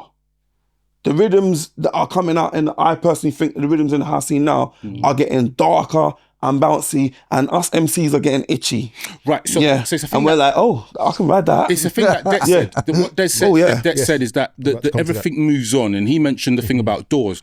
Now, what MC Det was saying is that you can hold off as long as you like in regards to not letting an MC over a track, but what will happen is there'll be a genre that's created that allows them to come in and do the MCing, which will encompass your thing. So think about garage, before you lot came in. Never want to let you go, all of that. And then it just went to... Like, when So Solid brought out, what was that tune? Whoa. You remember that rhythm? Oh my days. Whoa. That, and people might argue with me. Maybe we're just too hard for you. Yeah. that tune, for me, was one of the instruments that changed garage, and it was that... Do you know what changed garage for me? DJ Easy, doom, doom, doom, doom, doom, Z, doom, doom. What? But then Wookie had to ride it. Then Wookie beat Storm. Oh. Blood. Wookie was the one though. Yeah, Wookie. Look, those beats were always gonna invite MCs because they're bouncy, they're open, the low, like the frequency's ready for, it needs an MC. Like, it's good on its own, but once an MC laces it, it's the ultimate vibe. Then it goes. The problem is, I'm an artist. Yeah. Unfortunately. So for some of these people, so I will hear rhythms and I'm taking that to the studio. Being, I want to turn it into a song. Yeah. And the reason why I want to turn it into a song, because I believe that the instrumentals, and I've done it, I've proven tested it, like with Blackberry Hype, I've done it with the Julia Bashment tune, even though I got fought down hard in there because they're like, no, what's he coming over here for? Why is he playing, why is he MCing and our stuff for? No, we don't want him in, we're gonna keep it amongst ourselves. Bro, I bought that tune on iTunes. How about that? I'm a sound man. Yeah, we do dub plates. That's what we do. We run the rhythm and we ride that. I'm going to give it out to the public. I can't monetize off your thing. I ain't going to try bootleg your thing and put your thing out. I'm just going to run it to the DJs. Run that route, boy. That's what happened. I'm glad you said that. Do you think that the fact that the money was driven more behind the DJs is one of the reasons why it pushed the DJs further than the actual MCs? In this day and age scene? Yeah. It's just that it's come what? They're not more on the tribally thing, yeah, and it's a vibe. It's a live thing. It is. I don't know. It's a live thing. It's not really a studio thing. It's a live thing. Them not are live acts. They're not really artist acts. You get me? That the producers are making big. Well, all I'm saying is that the rhythms are bashy. Man. I'm a big fan of the rhythms. So the rhythms are going like that. I'm spraying bars. As an MC, as an artist, I'm spraying bars in my head. I'm spraying bars. I'm vibing. But me, I'm just a different character. I'm gonna take them songs into the studio because guess what? It needs an outfit. It needs a voice. But culturally, it as you said, your background is Bashment, and in the Bashment scene, rhythms is what everyone. That's why they're throwing Bashment acapellas on the stand, bruv. They know what they're doing, bruv. They're throwing Bashment acapellas on the rhythms. It's telling you wagwan. But isn't there a thing like?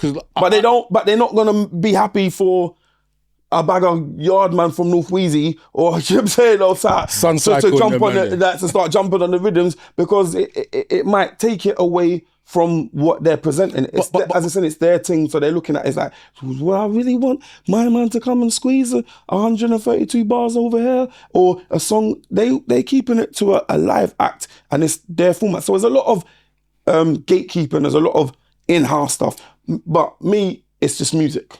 Right. So I'm just going to jump in there. It's something you mentioned. I want to kind of fall back. Something you said, which I think is like, we can't be upset with the evolution, and this is all of you. Yeah. We can't be upset with the evolution. However, what it is now is I don't even need to buy decks. I can just use my laptop, like Wiley, fake DJ. He's got his laptop and he's got his Serato or record box. It mixes for him. I just need to know what tunes to select. A selector. And I'm just gonna like mix it for me, please. Like, let me go sync it. You know what I mean? Drop it in now. Like, he may or may not even have decks. Like, the amount of people you see like turning knobs and flicking things and nothing's going in. However, if you look right, and I don't even want to get onto these girls, but do you know the big titty Afro beat? Rather than and they just stare and they just yeah. and in my head I'm looking at it and I'm like, you're not mixing. Like you're doing nothing. She can mix though. So you can't, about to say, I'm not going to diss them like that. Rain played too much attention. No. You got her, and you got Uncle Waffles. Uncle Waffles. This is a culture. This is a culture. Let me finish one sec. So there's a few. I'm not just saying one. There's a few. So now, culturally, as you're saying now, I can set my phone up with my ring light, and in front of my laptop with my decks, and I can stream at home. I don't need an MC. I'm not an MC. I don't need an MC. I just need to know how to select the next 12 tunes and have 45 minutes, 15 minutes, or whatever it is. And people are like, you know what? You're good. Now I want you in my bar. I want you in my club. I want you on my stage. In doing that, there is no space for Sorelli to come holding on my... I don't want to hear that. What I want to do is see you doing the dance, seeing the people around you dance, look at that vibe and think, I want part of that culture. Do I now want to hear Maxwell chatting his thing over the Don't let phone? me get serious. But watch this though. Noise. Watch this. That's too much noise. Watch this though. Are you going to just be playing instrumentals, or are you going to be playing vocals? It depends. It depends. What I'm Depends saying on my is, crowd and my audience. I'm now That's what I'm saying, saying, if so- we're looking at the culture and we're looking at how music's traversed, because one thing about music, it will always evolve. Do you know what I mean? If you don't evolve, you just get left behind, as you mentioned earlier. Absolutely. So it's about being able to maneuver through this. What I'm waiting for, as I think you've kind of alluded to, and what Rain said, is there'll be a space where a path will open for an MC. Someone's coming. And when that path opens up, Terminal's squeezing. What are you talking yeah, about? when I was dying to mention him in a minute. when that path opens up, guess what will happen? In the playgrounds is where you'll hear it first. Right. And then it will start to filter down and it will filter upwards as it has historically. There is. So when you was I'm turning around and saying, now, there is. Max, Sorry, wait, go on. someone muzzle him, bruv.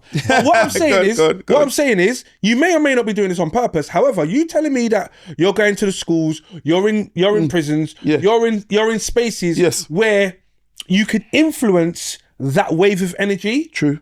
I don't know if you're doing it consciously, but this is where I see it, like for me, it happens in the playgrounds. Do you know what I mean? It has to take that route. It happens underground and then it makes its way through. As soon as it busts once, and as you said right now, social media, as soon as it catches fire once, all of a sudden you're going to have 1,000 MCs over track A, track B, track C. Sorry, and just my last point. My last point. So that dancehall rhythm that came out, and all of a sudden there were 200 pieces. What do you feel like? Oh, I know what tune you're talking Yeah, about. so what was it called? What do you feel like with him? So, and all of a sudden now, there's 200 Everyone pieces. had one. And now you're like, I don't know what to do because there's so many. However, but you're an idiot as a DJ if you don't know what to do. But Everyone had a tune. The path opened up.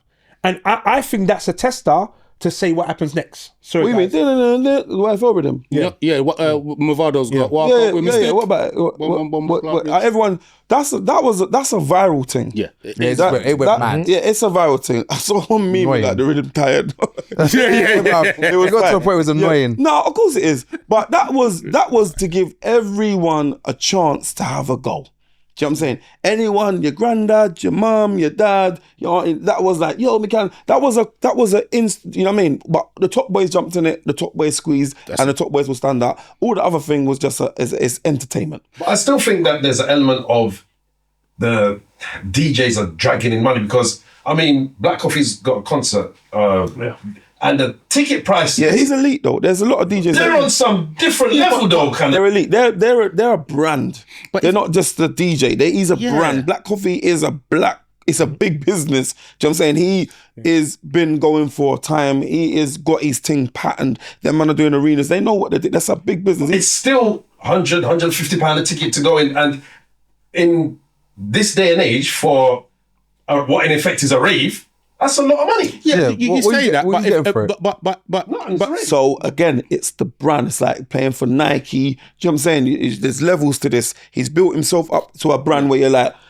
you can either go for the no-name TV or you're gonna go and get a Sony. But Max, what I just said to Sorelli, what am I getting for it? If you're telling me it's just music and it's a rave, it's the same as Wiley playing, then what am I getting for it? You're paying for the brand. No, I'm saying it's the same in the sense of, but it's the same. He's built his brand up. He's a DJ. He's built himself up and he's a brand. You're paying for him. It's It's not the music no more. It's about him. No, so I made a comment and there's a few podcasts ago about, and this is about music, so Wiley will perk up about this one.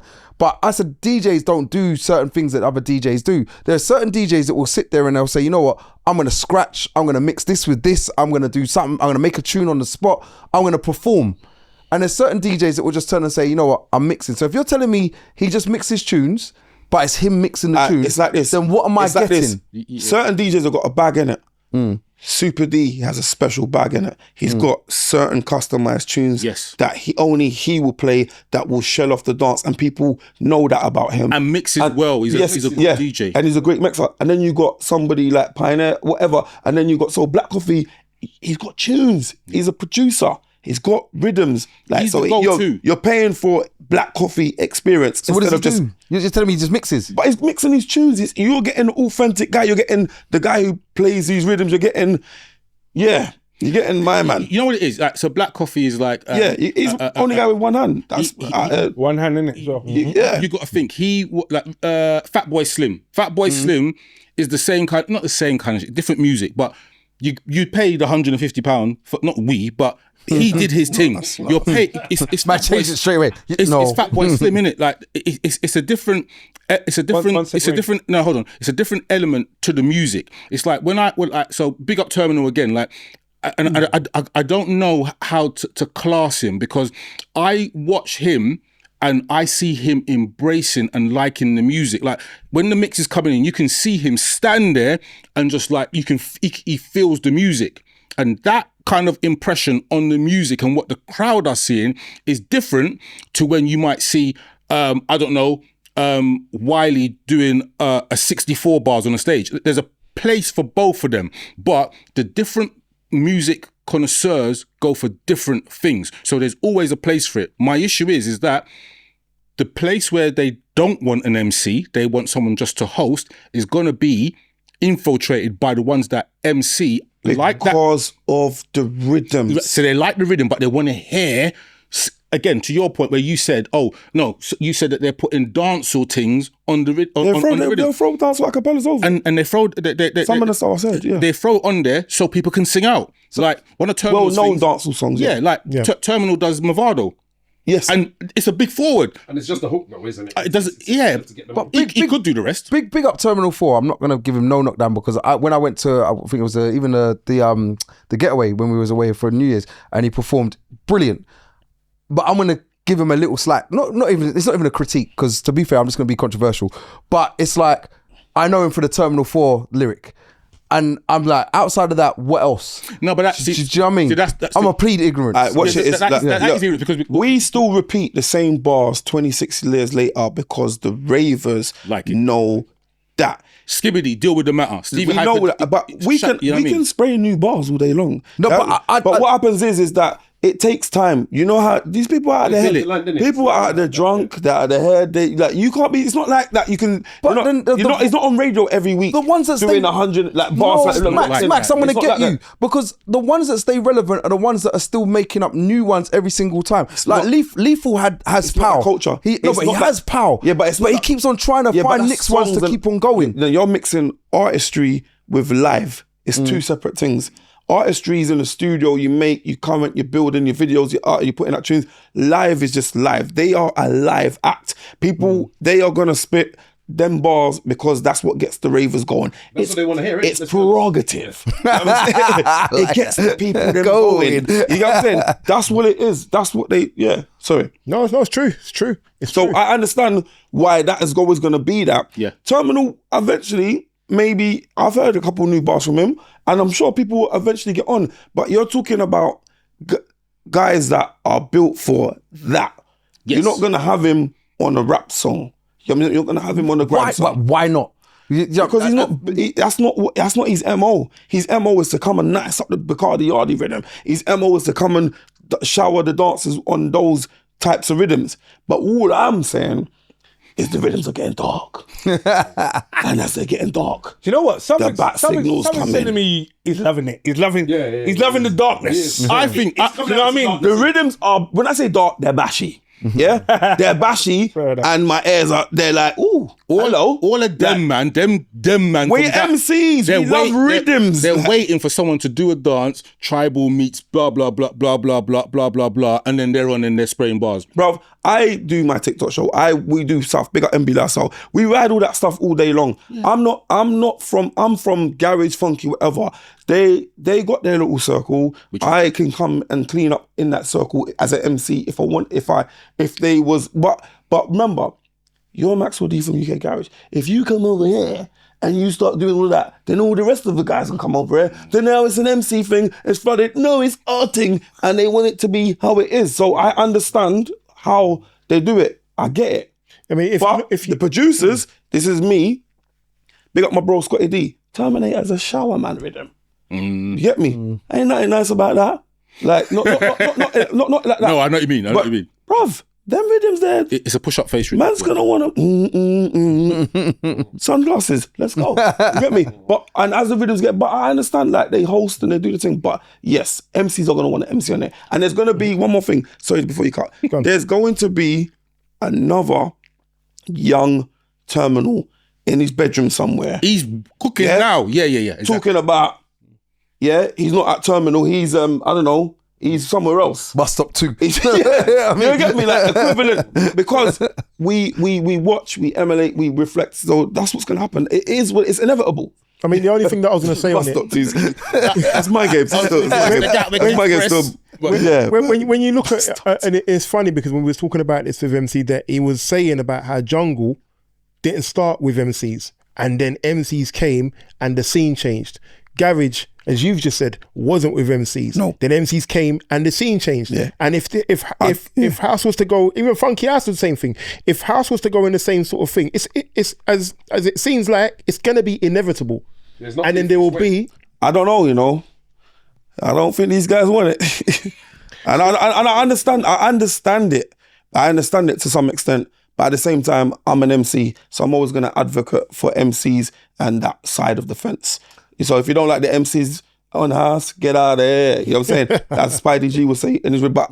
But I understand what they're thinking it will turn into. Me personally, I'm all for the culture. I'm all like, yo, get this stuff out of the underground and get it in the charts. And let's all change our lives and people get some big boy checks and make some real coin. But the thing is, MCs give the rhythm longevity. Because once you got that hook to it, 100%. It's now that tune you've just associated with. So whenever you hear that rhythm, that's what you hear. That's what you're singing. And to jump onto longevity, because we are moving to the next final part of it, there are some longevity things here that you're going to have to be put on the spot for. If you thought you was on the spot about South London and East London, oh God, God help you for this part, you know?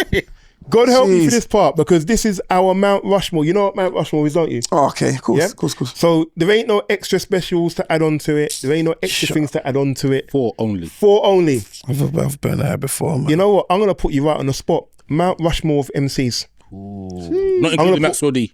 Oh, I can't include myself? No. Oh. Yeah, that's one big thing. You're gonna test your friendship though, because you know if I was your brethren and you don't put me on the map, I'm gonna sit there and be vexed with you. So from now, MCs from what section? Every genre. Jeez. And this is your own testimony. Every genre. And this will be going and the reason why I'm saying that, watch this. The reason I'm saying that, you've traversed through jungle, you've traversed through garage, you've traversed through funky house, and even if you want to say touching into house, so you've traversed through at least 3, if not 4 different genres. So it would only be right, you've got to pick 4. All right. Hyper D, jungle section. Sorry, everybody else, but yeah, Hyper D is the reason why I MC. Garage section. Honestly, Viper. Definitely from the garage section. He's definitely got to be the Rushmore. Grime section.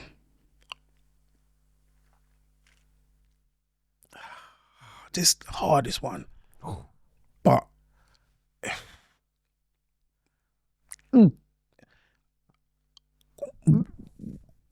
Wiley, went Wiley. I was gonna say, Yeah, it was a hard one. One more.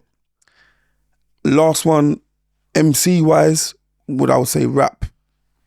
Could raps conclude, yeah? Yeah. MC. Okay, cool.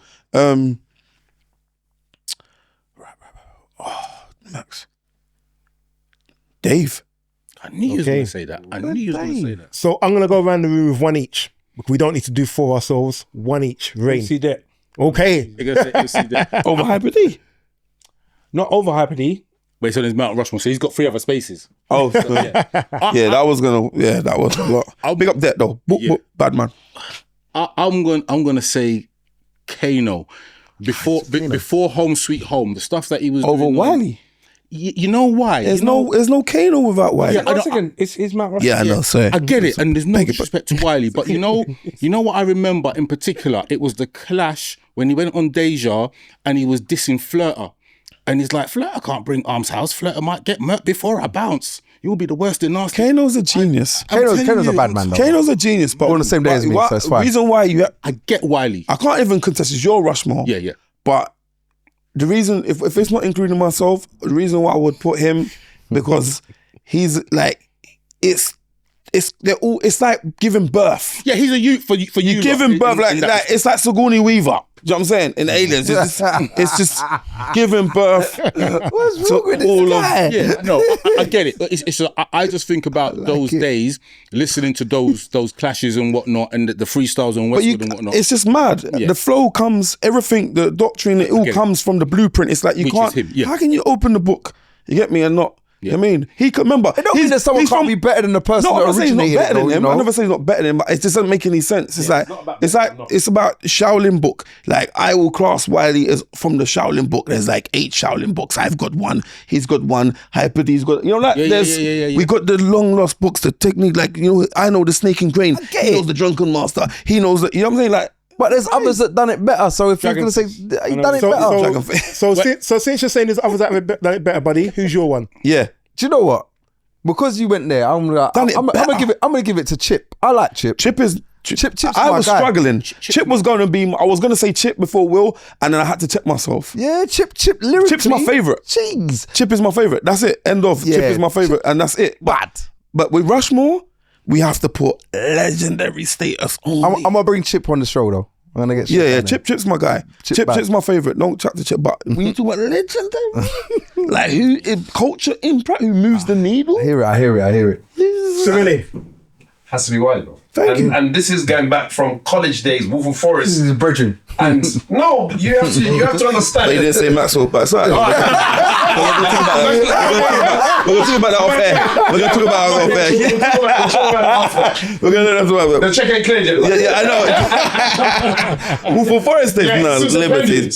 Yeah, I mean, that was all good. Yeah, cool. Forest days, it was common room, them kind of things. Yeah. It was Wileycat back. yes, because you come from the No. Oh, Wiley, sorry. Just answer the question. yours? You know, no, you listen to Grime and all them. I said MCs. MCs. If you were saying MCs, and I would know if you were saying MCs, because my main thing really was garage, I would say PSG. No, MC. it's Shower. That's my Shower. MC. Yeah. If I garage, PSG, that's my MC. Cold steps, 10-4. Different. Yeah, but I'm not a house head like that. Okay. No, remember he's got 1 out of the 4 faces. Yes. So them man, they Yes, could they reach would on still, there. yeah. that's what I'm PSG, saying. listen, I was a big fan of PSG. People big up PSG. He's a don. Like, he's a don. He was putting that work early for garage, where he was lavering up the dances. So we got a couple more. Because we've answered it, most of us, apart from Sorelli, so when it comes to Sorelli and Buddy after actually, Mount Rushmore, and because you come from the background, Mount Rushmore of dancehall anthems. Are you mad? Wow. Only 4. 4 dancehall anthems. 4. yeah. Anthems, what era? Because we're going to go Whatever 80s, era 90s. you want, whatever era you want. There's more than there's 4, isn't there? Well, you've only got 4 heads. All right, so let's go.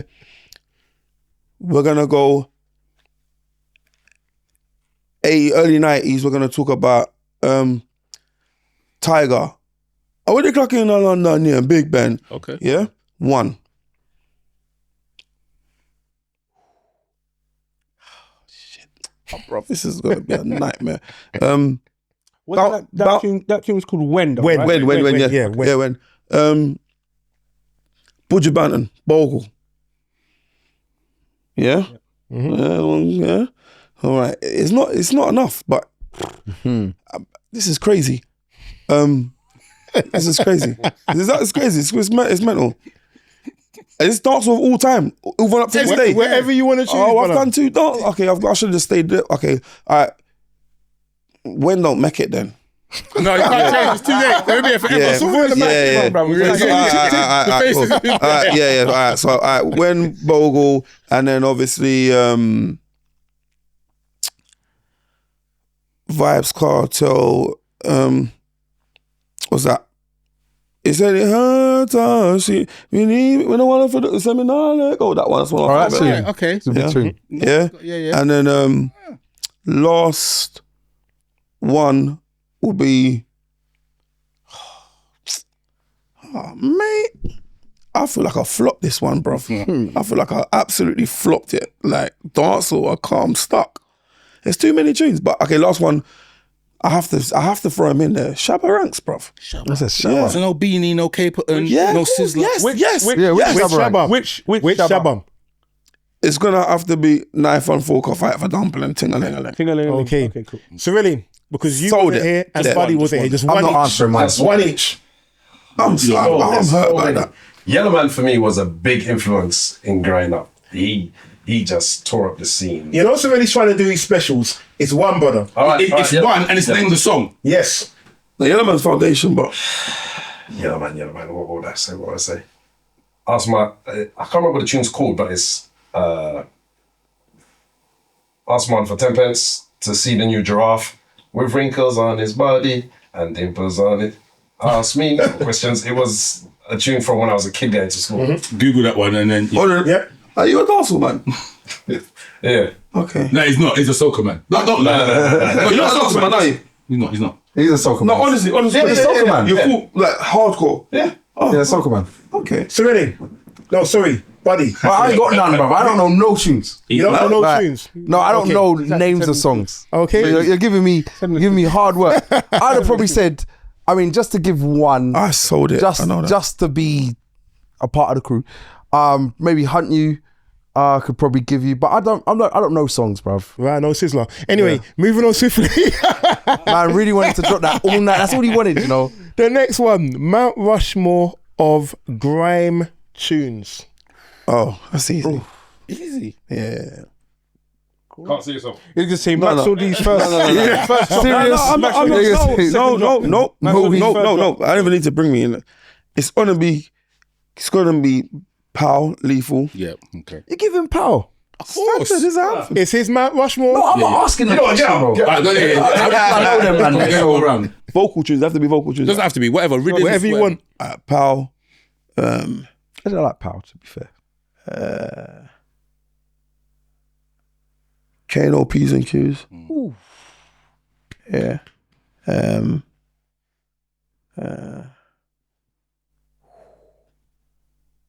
Grime, yeah. Wiley Eskimo instrumental. Oof. The original one or the Devil Mix? Eskimo. No, Eskimo that's dance. the original Devil Mix standard. was mad. That was mad. Eskimo was bad. And last but not least, one of Grime instrumentals. Jeremy, man, don't care about all that. That's a decent rush. I like that one. Yeah, that's. I think I've been friendly. Solid. I think I've been very friendly, guys. Very friendly. That's a hard line. Yeah. That's I'll very throw hard. it open to anyone who has a grime to put one tune on there. I'll put No We on there. I'm gonna give. That's not Grime. That's not grime. It's Whoa. But the Ultimate Warrior. it's debatable. So big up yourself. Yeah. Yeah. I like No We. It's not grime. It's not Grime. It's not Grime. It's not. No, it's not. No, you know it's why? not No, Grime. I rate him. No, I rate that because we've all spoken about this. It doesn't sound like a garage tune. Hell no, Not really. it's not. But it come out in the garage section. So that's I why- played it to a man in TDK 90 selling it as a garage All right tune. then. But I wasn't selling it as a grime. We didn't even know what grime was. It wasn't done. Yeah, exactly. So, but when you listen to it, now, It's during the transition, It's- though. No. Just before the transition, because you got no. I disagree. I disagree. Just before, leave him alone. I disagree. You know what? I've got to agree. Just before, no, he wasn't a transition. It wasn't. I've got to just before it, because It wasn't. after It you wasn't. lot, It wasn't. after you lot was the next generation was the same power, more fire. Oh, if you want to go there, no. That's what I'm saying. He said, okay, I know what you mean by saying that. yeah. transition. When that came out. No, he was early though. Yeah, he was early. I was like 4 or 5 years afterwards. Not 4 or 5. Not 5. But it was just. It was never just the after. day was before. They're the generation before. I'm here. Yeah, no, but, you know what I'm here. What I want to say, I'm here. So, you know why? 2000. Wait, we got Sato in the house. You're getting it wrong. Continue. Serious was 2001. So no, we was roughly the same time, but it's just undergrad. So I say, Power come out 24. Around them, because I would. Power come out 24. Yeah. 3 years. Roughly. 3 years. Well, okay, look. You said 5 years, bro. Yeah, you said 5. You said no. You said 5, bro. You said the whole You school said they term. were close together. You're talking about a whole 865 days difference. Bro, I'm saying to you. 3 years. Hold on. 3 years is okay, but 4 5 years. years is a stretch. Yeah, so Came out in 2000. Wow. So I was right. Came out in 2000. And you know, you know the reason why I know is that when Power or Forward came out, so anyone knows it was called Forward. It was Forward. Yeah, I remember being in the Deja Vu studio, and then he was around. Yeah, Lethal came up and gave us the tune, and I remember I was. This is the time when Maxwell was uncontactable. Maxwell was a celeb, and I was trying to get a serious stuff. I'm still a sub now, you know what it is? It's just like, because I'm more professional now. Yeah, but there you go. Like, I was a bit more ghetto hair, and it's like, so don't. Yeah, so and there was a big difference because I wanted that dub. And I think. Shouts out to Cold as Ice because we had Rocky on last week and we're going to get some others on. They had one and I was like, rah, we need to get one. But yeah, I knew it was about 4 or 5 years. But anyway. The only reason I knew, because Max went to Lethal went to my college. Right. So when we was at college together, it was around 2000, it would have been 2000 and 2001. So then it's after that is when he dropped Power, because sometime about 2 years after. It was 4. It was 03, 04. The reason why I definitely know that, when Sirius came out, those of you that used to go to all Gas Club and stuff, remember the security that was at Gas Club was in the video.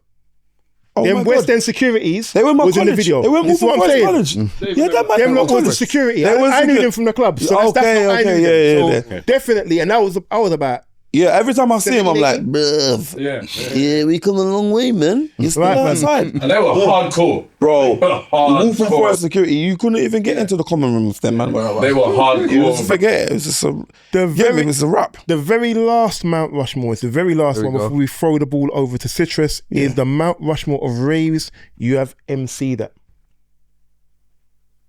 That's a good one. That's going to be a hard one too.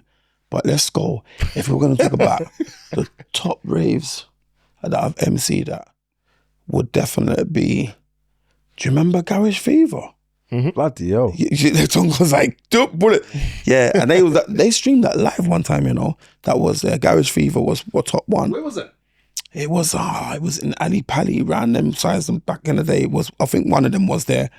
I've played up and down the whole of the country, so it's really hard to tell. So I feel like one of them was definitely, I could tell you the gangster raves I played that was just you shouldn't have been there.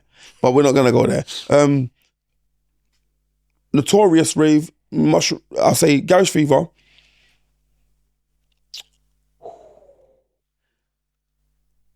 Sidewinder Milton Keynes, legendary. Not the Sidewinder today. We're talking about Milton Keynes Sanctuary. Yeah, that's Sanctuary. Oh my days. Yeah. I never went to Sidewinder, but yeah. Sanctuary, Milton Keynes, legendary. 2. Third would be La Cosa Nostra in Cardiff. Shouts to Peter. Yeah, R.I.P. La Cosa Nostra.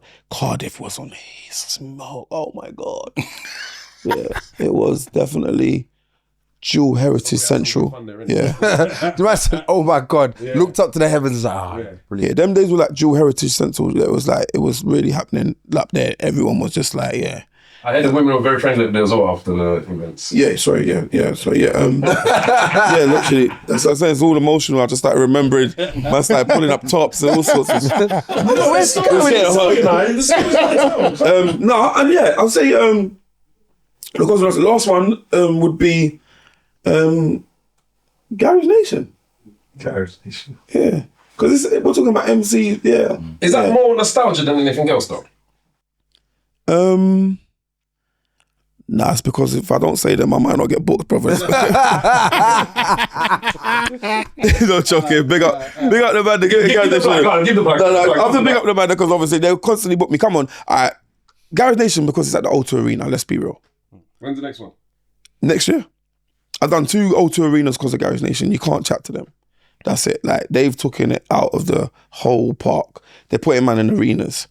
Like what can you say? A garage rave and arena. So that's got to be the biggest platform for me. Like I've gone to concerts and watched people in the O2 Arena. So to perform on the O2 Arena stage in front of a massive over 25,000 They've put it to an audience that wouldn't normally look at that sector of music in it. They've now got... No, the audience are ravers, but it's just in that setting, like in an arena. And people are, when you put something in an arena, it invites so many different age groups of people. Kids are in there, like 18, 20, like it's an arena. Like their parents listen to garage music. It invites so much different things and people like, yo, it's an arena setting and we're putting on a concert. So yeah, I feel like Garage Nation is the elite for me at the moment. Citrus. So thank you very much, Wiley, for the Mount Rushmores. Yeah, thanks. You killed me. Couple things. Spoonies. Oh God, see what I'm saying? You just mentioned one name and I'm finished me. Yeah, Spoonies. Big up Spoonie, bro. Spoonies Orchestra. Bad. I cannot not mention that. So I saw you there. Talk to us about it. Spoonies Orchestra is such an experience, and I'm so ashamed that I didn't even mention that as one of the best MCs because I'm thinking festivals. I'm not even thinking something. That is the next elite thing. It's crazy. It's a live band. It's 36 pieces. It's mental. To be there, to hear it, to experience it. It's something that like he's took our music into a live format. It's something else, man. Can I ask you a question about it? So when I was there, it looked like, from the audience point of view, yes, please tell me. You were trying so hard to get the energy to I could see you like looking at man as you're spitting bars. You're like, bro. Oh bless him. I could see it, and I'm like, why is no one feeding into it? It looked a little bit, when I say disjointed, not necessarily. So you think that, is this the MC section? The MC section just looked like it needed someone actually orchestrating it. Do you know what it is? That's how we only get 8 bars. Yeah? Right. We only get 8 bars. Sorry, we're going back to back 8 bars. Yeah. It's a live orchestra. That is just a freestyle moment. So you're right, it is not orchestrated. So it's just like a freestyle splot. So, well, sometimes I'm like... say splot, but it's all right. Yeah. No, the reason why I say splot and not spot is because... No, I'm a G. You might MC alone. I'd like to hear the answer. It's slang, bruv. Like, it's just slang.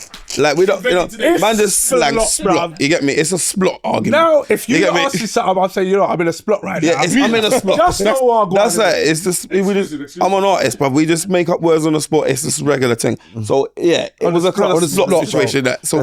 See, there you go. It's a splot situation. And what it is that it's a moment of just like, just do your thing, guys. So what we will get is that man are like, yo, are you coming in next? I could see that. Are you, wait, I want to go for the next 8. But I saw you, and I was expecting people to say, all right, he's 16's coming to an end. Nah, everyone's hungry now. Everyone's like, yo, I want to. Everyone was like, no, because it's the last time to time to shine. Like what? I want to spray my 8 bars. You want to spray yours? Wait, no, I got my hook coming in next. Furthermore, I want another 8. And you just hold your cool, and everyone's like, so you're gonna. It might seem that little fight for the microphone at the end, but it's not. It's all love though. Huh? It's a lion pit. Yeah, everyone just wants to just have a little, like, you get me, a little bar up. So I wanted to just talk about that because people should support. It's something completely different, completely Sunday, new. I'm with them on Sunday. Check out, it's going to be too late by the time it comes up, but like Spoonie's got a thing on Sunday. I'm doing Leicester and he's doing an open air thing. I'm not even doing the orchestra part. I think Romeo, Lisa and myself and DT and a couple other people were doing a supporting act. We're just going to be doing a set before they do the live part. So I done the Apollo with them last time. Yes. And he's got the open there. So, and he's doing R&B and garage classicals as well. Yes. So it's very, very good. I think it's I think it's just made our scene more elegant. I think it's given us a bit more oomph. Sorry, Max, I'm gonna actually now put you on the spot. Oh gosh. Look into that camera over there. Here we go. All right, with or without shades, it's up to you. We need you to invite 3 people to experience the MT podcast. Talk into that camera and invite 3 people along. Whichever 3. Whichever 3. Who would be good in the settings? Stush. Big up. Big up Stush. Yeah, she's my G, man. Big up Stush. So invite Stush down to the podcast. Stush, I think you should come and sit down and put some feminine energy in here. You get me? In the building, because she's not intimidated by no man. You get me? So Where's Shimmy's buddy? Yeah, so big up Stush. Big her up. I would like to see someone like Stush in here. It would be, I reckon she's got, it would really go gel well with her. Second, I would say somebody like, I think Chip would be good. Yeah, I think Chip, big up Chip. Chip, I believe that you should pass through here, definitely. And I think you will get loads of stuff and that, like real support, real information from his side of things of his industry and all his accolades and all everything he's done. And last but not least, the last person I would invite was big up Terminal 4.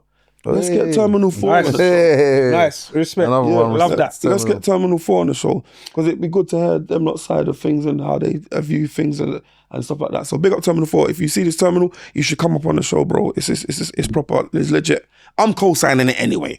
Yeah, big up, man. MD's co-signing it. If I'm here, then you need to be here.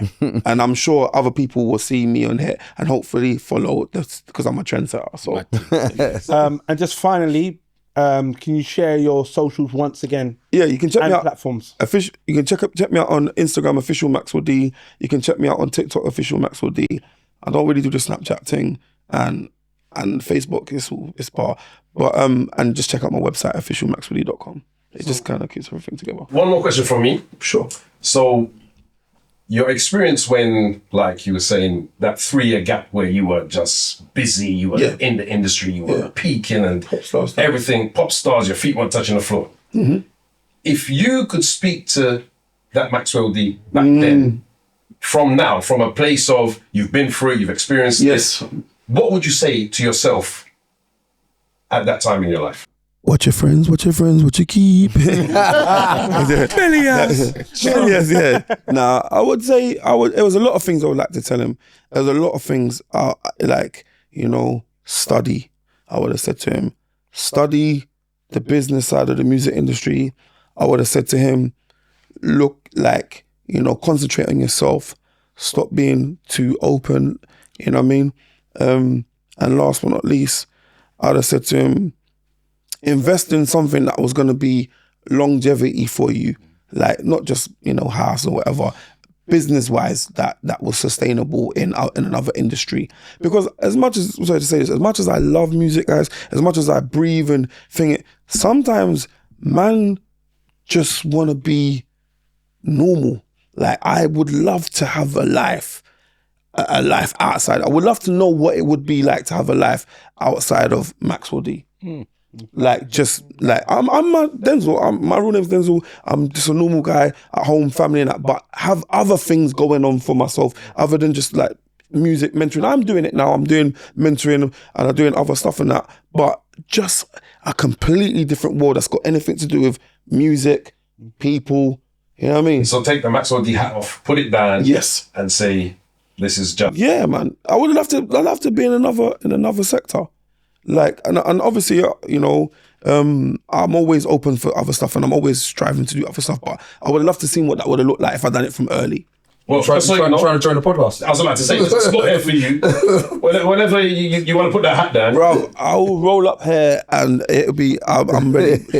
I'll roll up anytime. There's the drinks commission thing, you can't walk in. Yeah, that's cool. And you have to pay all of our subs. Honestly, what you guys are doing, like, and I know Rain, and I know most of you in the room anyway, but I'm just saying what you guys are doing is, it's proper, it's mature, it's consistent, it's jokes, it's bants, you get me, man, I'm not, there's no negative focus. It's all about you know, worldly stuff, and research. Man, about the thing. So big you guys up for doing what you're doing. But I have to say that one of the things that has brought us here today and drives us forward is to give flowers to people like yourself who have been in the game, grafting. Thank you. We grew up on, a lot of our listeners and viewers. That's our childhood. So when we hear the music, it brings a joy that you can't get from anywhere else. So from the MT podcast, we'd like to give you your flowers. Thank you guys. Appreciate you guys. Love. And just one more thing. Can you just not stop? Like, this is what I want. I thought you meant not stop clapping. I'm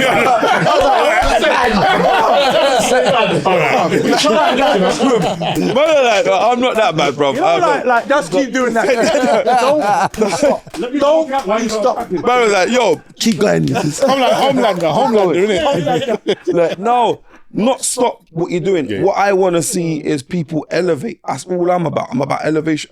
All about elevating. Keep going. Don't stop. You got your brand. Keep focusing and keep going. That's what it's about people their flowers now, not when 50 years down. And something's happened. Give people their flowers now. And it's funny because that kind of leads me on to my last two questions that I had before we probably close the show. One of them was, when does Maxwell D stop? Like, what is the... Good question. Yeah, I mean, when is the point where... Because a lot of us, we reach a point in life, in just life in general, where we kind of say to ourselves, well, you know what? I'm 40 now, I'm 50 now, I'm 60 now, I'm done. Do you know what I mean? This side of my life is done. I'm just gonna go and sit down in a camp and do whatever I'm doing.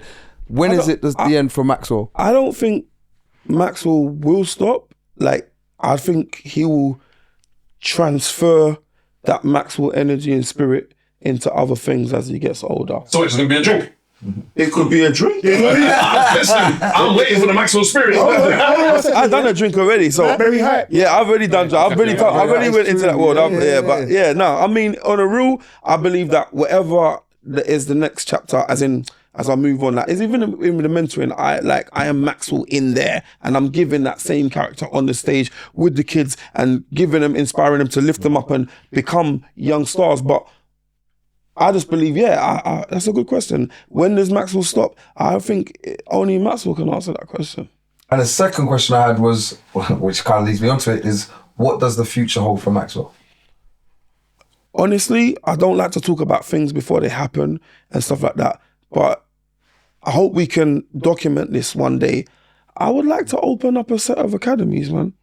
For the kids? Yeah. I would like to have schools that help. It could be sport. I don't want to talk too much. You know what I'm saying? What you're trying to say is mind your business. Yeah, no. I don't want to give people way too many ideas and try to fill the spot before me. But I'm on my team anyway. I know what my trajectory looks like, if what I'm trying to achieve. So, but I would love, that is not the reason why I can say that. I would love to open up a set school because I'm in that field anyway, and I would like to be able to.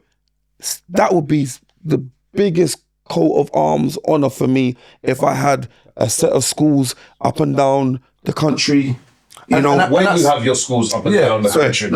When? And that school would be used to... Academies. Academies will be used to elevate people into music and things that the signs of the times. I want business, I want financial literacy, not just like business like ESA you make. No, how do you maintain it? You know what I mean? I want like loads of things in there, basics, English, maths, whatever, but I don't want it to... You're not being taught. Yes, because you know how it goes. They teach everyone to get a job. I want to teach everyone to be entrepreneurs. Like, I want professionals to come in and do that. You know what I mean? I want to make young, proper, rich people, like communities. I want us to elevate. You know what I mean? We're not teaching people how to get on the ladder. You know what I'm saying? Finance. Investments. It's knowledge. Knowledge is power. Compound interest. Yeah, we're not creating those kind of beings. We just go to school, get education, edited dictation, and then we are taking that, and people are getting jobs, which is nothing wrong with that. They've got to pay their bills, they've got to live. But I believe that we can elevate them to something more. Yeah, 100%. Maxwell D, this has been your MT podcast. We'd like to say thank you. Thank you. Boom, for having me. And in true spirit of the MT podcast, just remember, if the glass isn't half full, It's Arsenal. Get out of here. Never walk alone. Yay! Matt, safe for coming. So at this point, we're going to do a sweepstake for the World Cup. Like, we've got our favourites. We know who we want to win. However, in true fashion of fairness, we're all going to pick 2 out of the hat. 2 out of the hat. We're going to pick 2 out of the hat. And today, we're going to vouch. Everyone has to put in £50. Ross. Pinkies only. And then whoever wins will be announced after the World Cup final to collect the bounty of the 6 times £50. Max, you don't have to put in today, you're blessed. I mean, you can put in. First going for everyone. Yeah, everyone. He's sitting there. He's the baller, right? Yeah. Pull it on the music, guys. Don't worry. So going round, take one. Everyone take one. You take one. Quick, take one. One, yeah? One, really take Open it one. now or? I'll take one. Tongo. Green. Yeah, open it now, safe. Well, we're going. First one round. Wiley. And then back to Wiley again. So you take another. Okay, cool. And then Rain. All right. Tongo. Myself. The massive in there. Buddy. I mean, really? You know, there's one short. Buddy. There's not much. There's loads left. Oh, there's loads left. This guy did no number. So is there 4 that are left are for the producers. All right, cool. So, buddy, who's your? I'm dead. Happy, bruv. I'm dead. I got France. Boom. Oh, you can see France. And I got Argentina. All right, I'm nice. How did you end up with them 2? I'm nice. Really? I'm so nice. Cameroon. Quick. Ivory Coast. And Uruguay. Yay! Well done, really. I've got Croatia and Senegal. Yay! Ghana. And who? Norway. Norway. Mexico and Colombia. Wiley. What is fixed? Obrigado. I got Brazil And Portugal. Obrigado. Obrigado. So in the hat, we still have Germany, Brazil and Portugal. We still have Germany, Spain, And England, and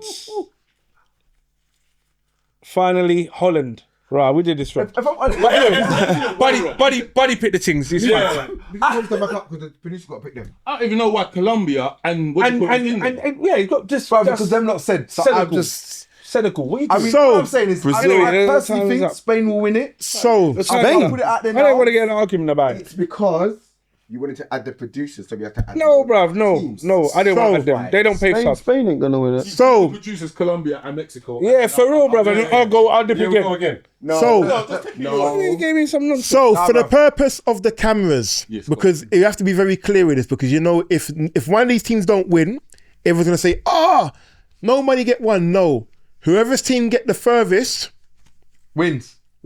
And if you get 2 teams in a semi-final and they get knocked out, third place. If you get 2 teams in the quarterfinals and they get knocked out, then you split the winnings. I like this. That is the way it's gonna run. Again. So Give me some to be dead clear, thing, bruv. if your team gets into the semi-finals and loses, there's a third place playoff. Whoever wins the third place playoff wins the money. If your team gets into the quarterfinals and they're the furthest team, and let's say there's 2 teams that get there, that money gets split. Simple. All right, cool. Yeah.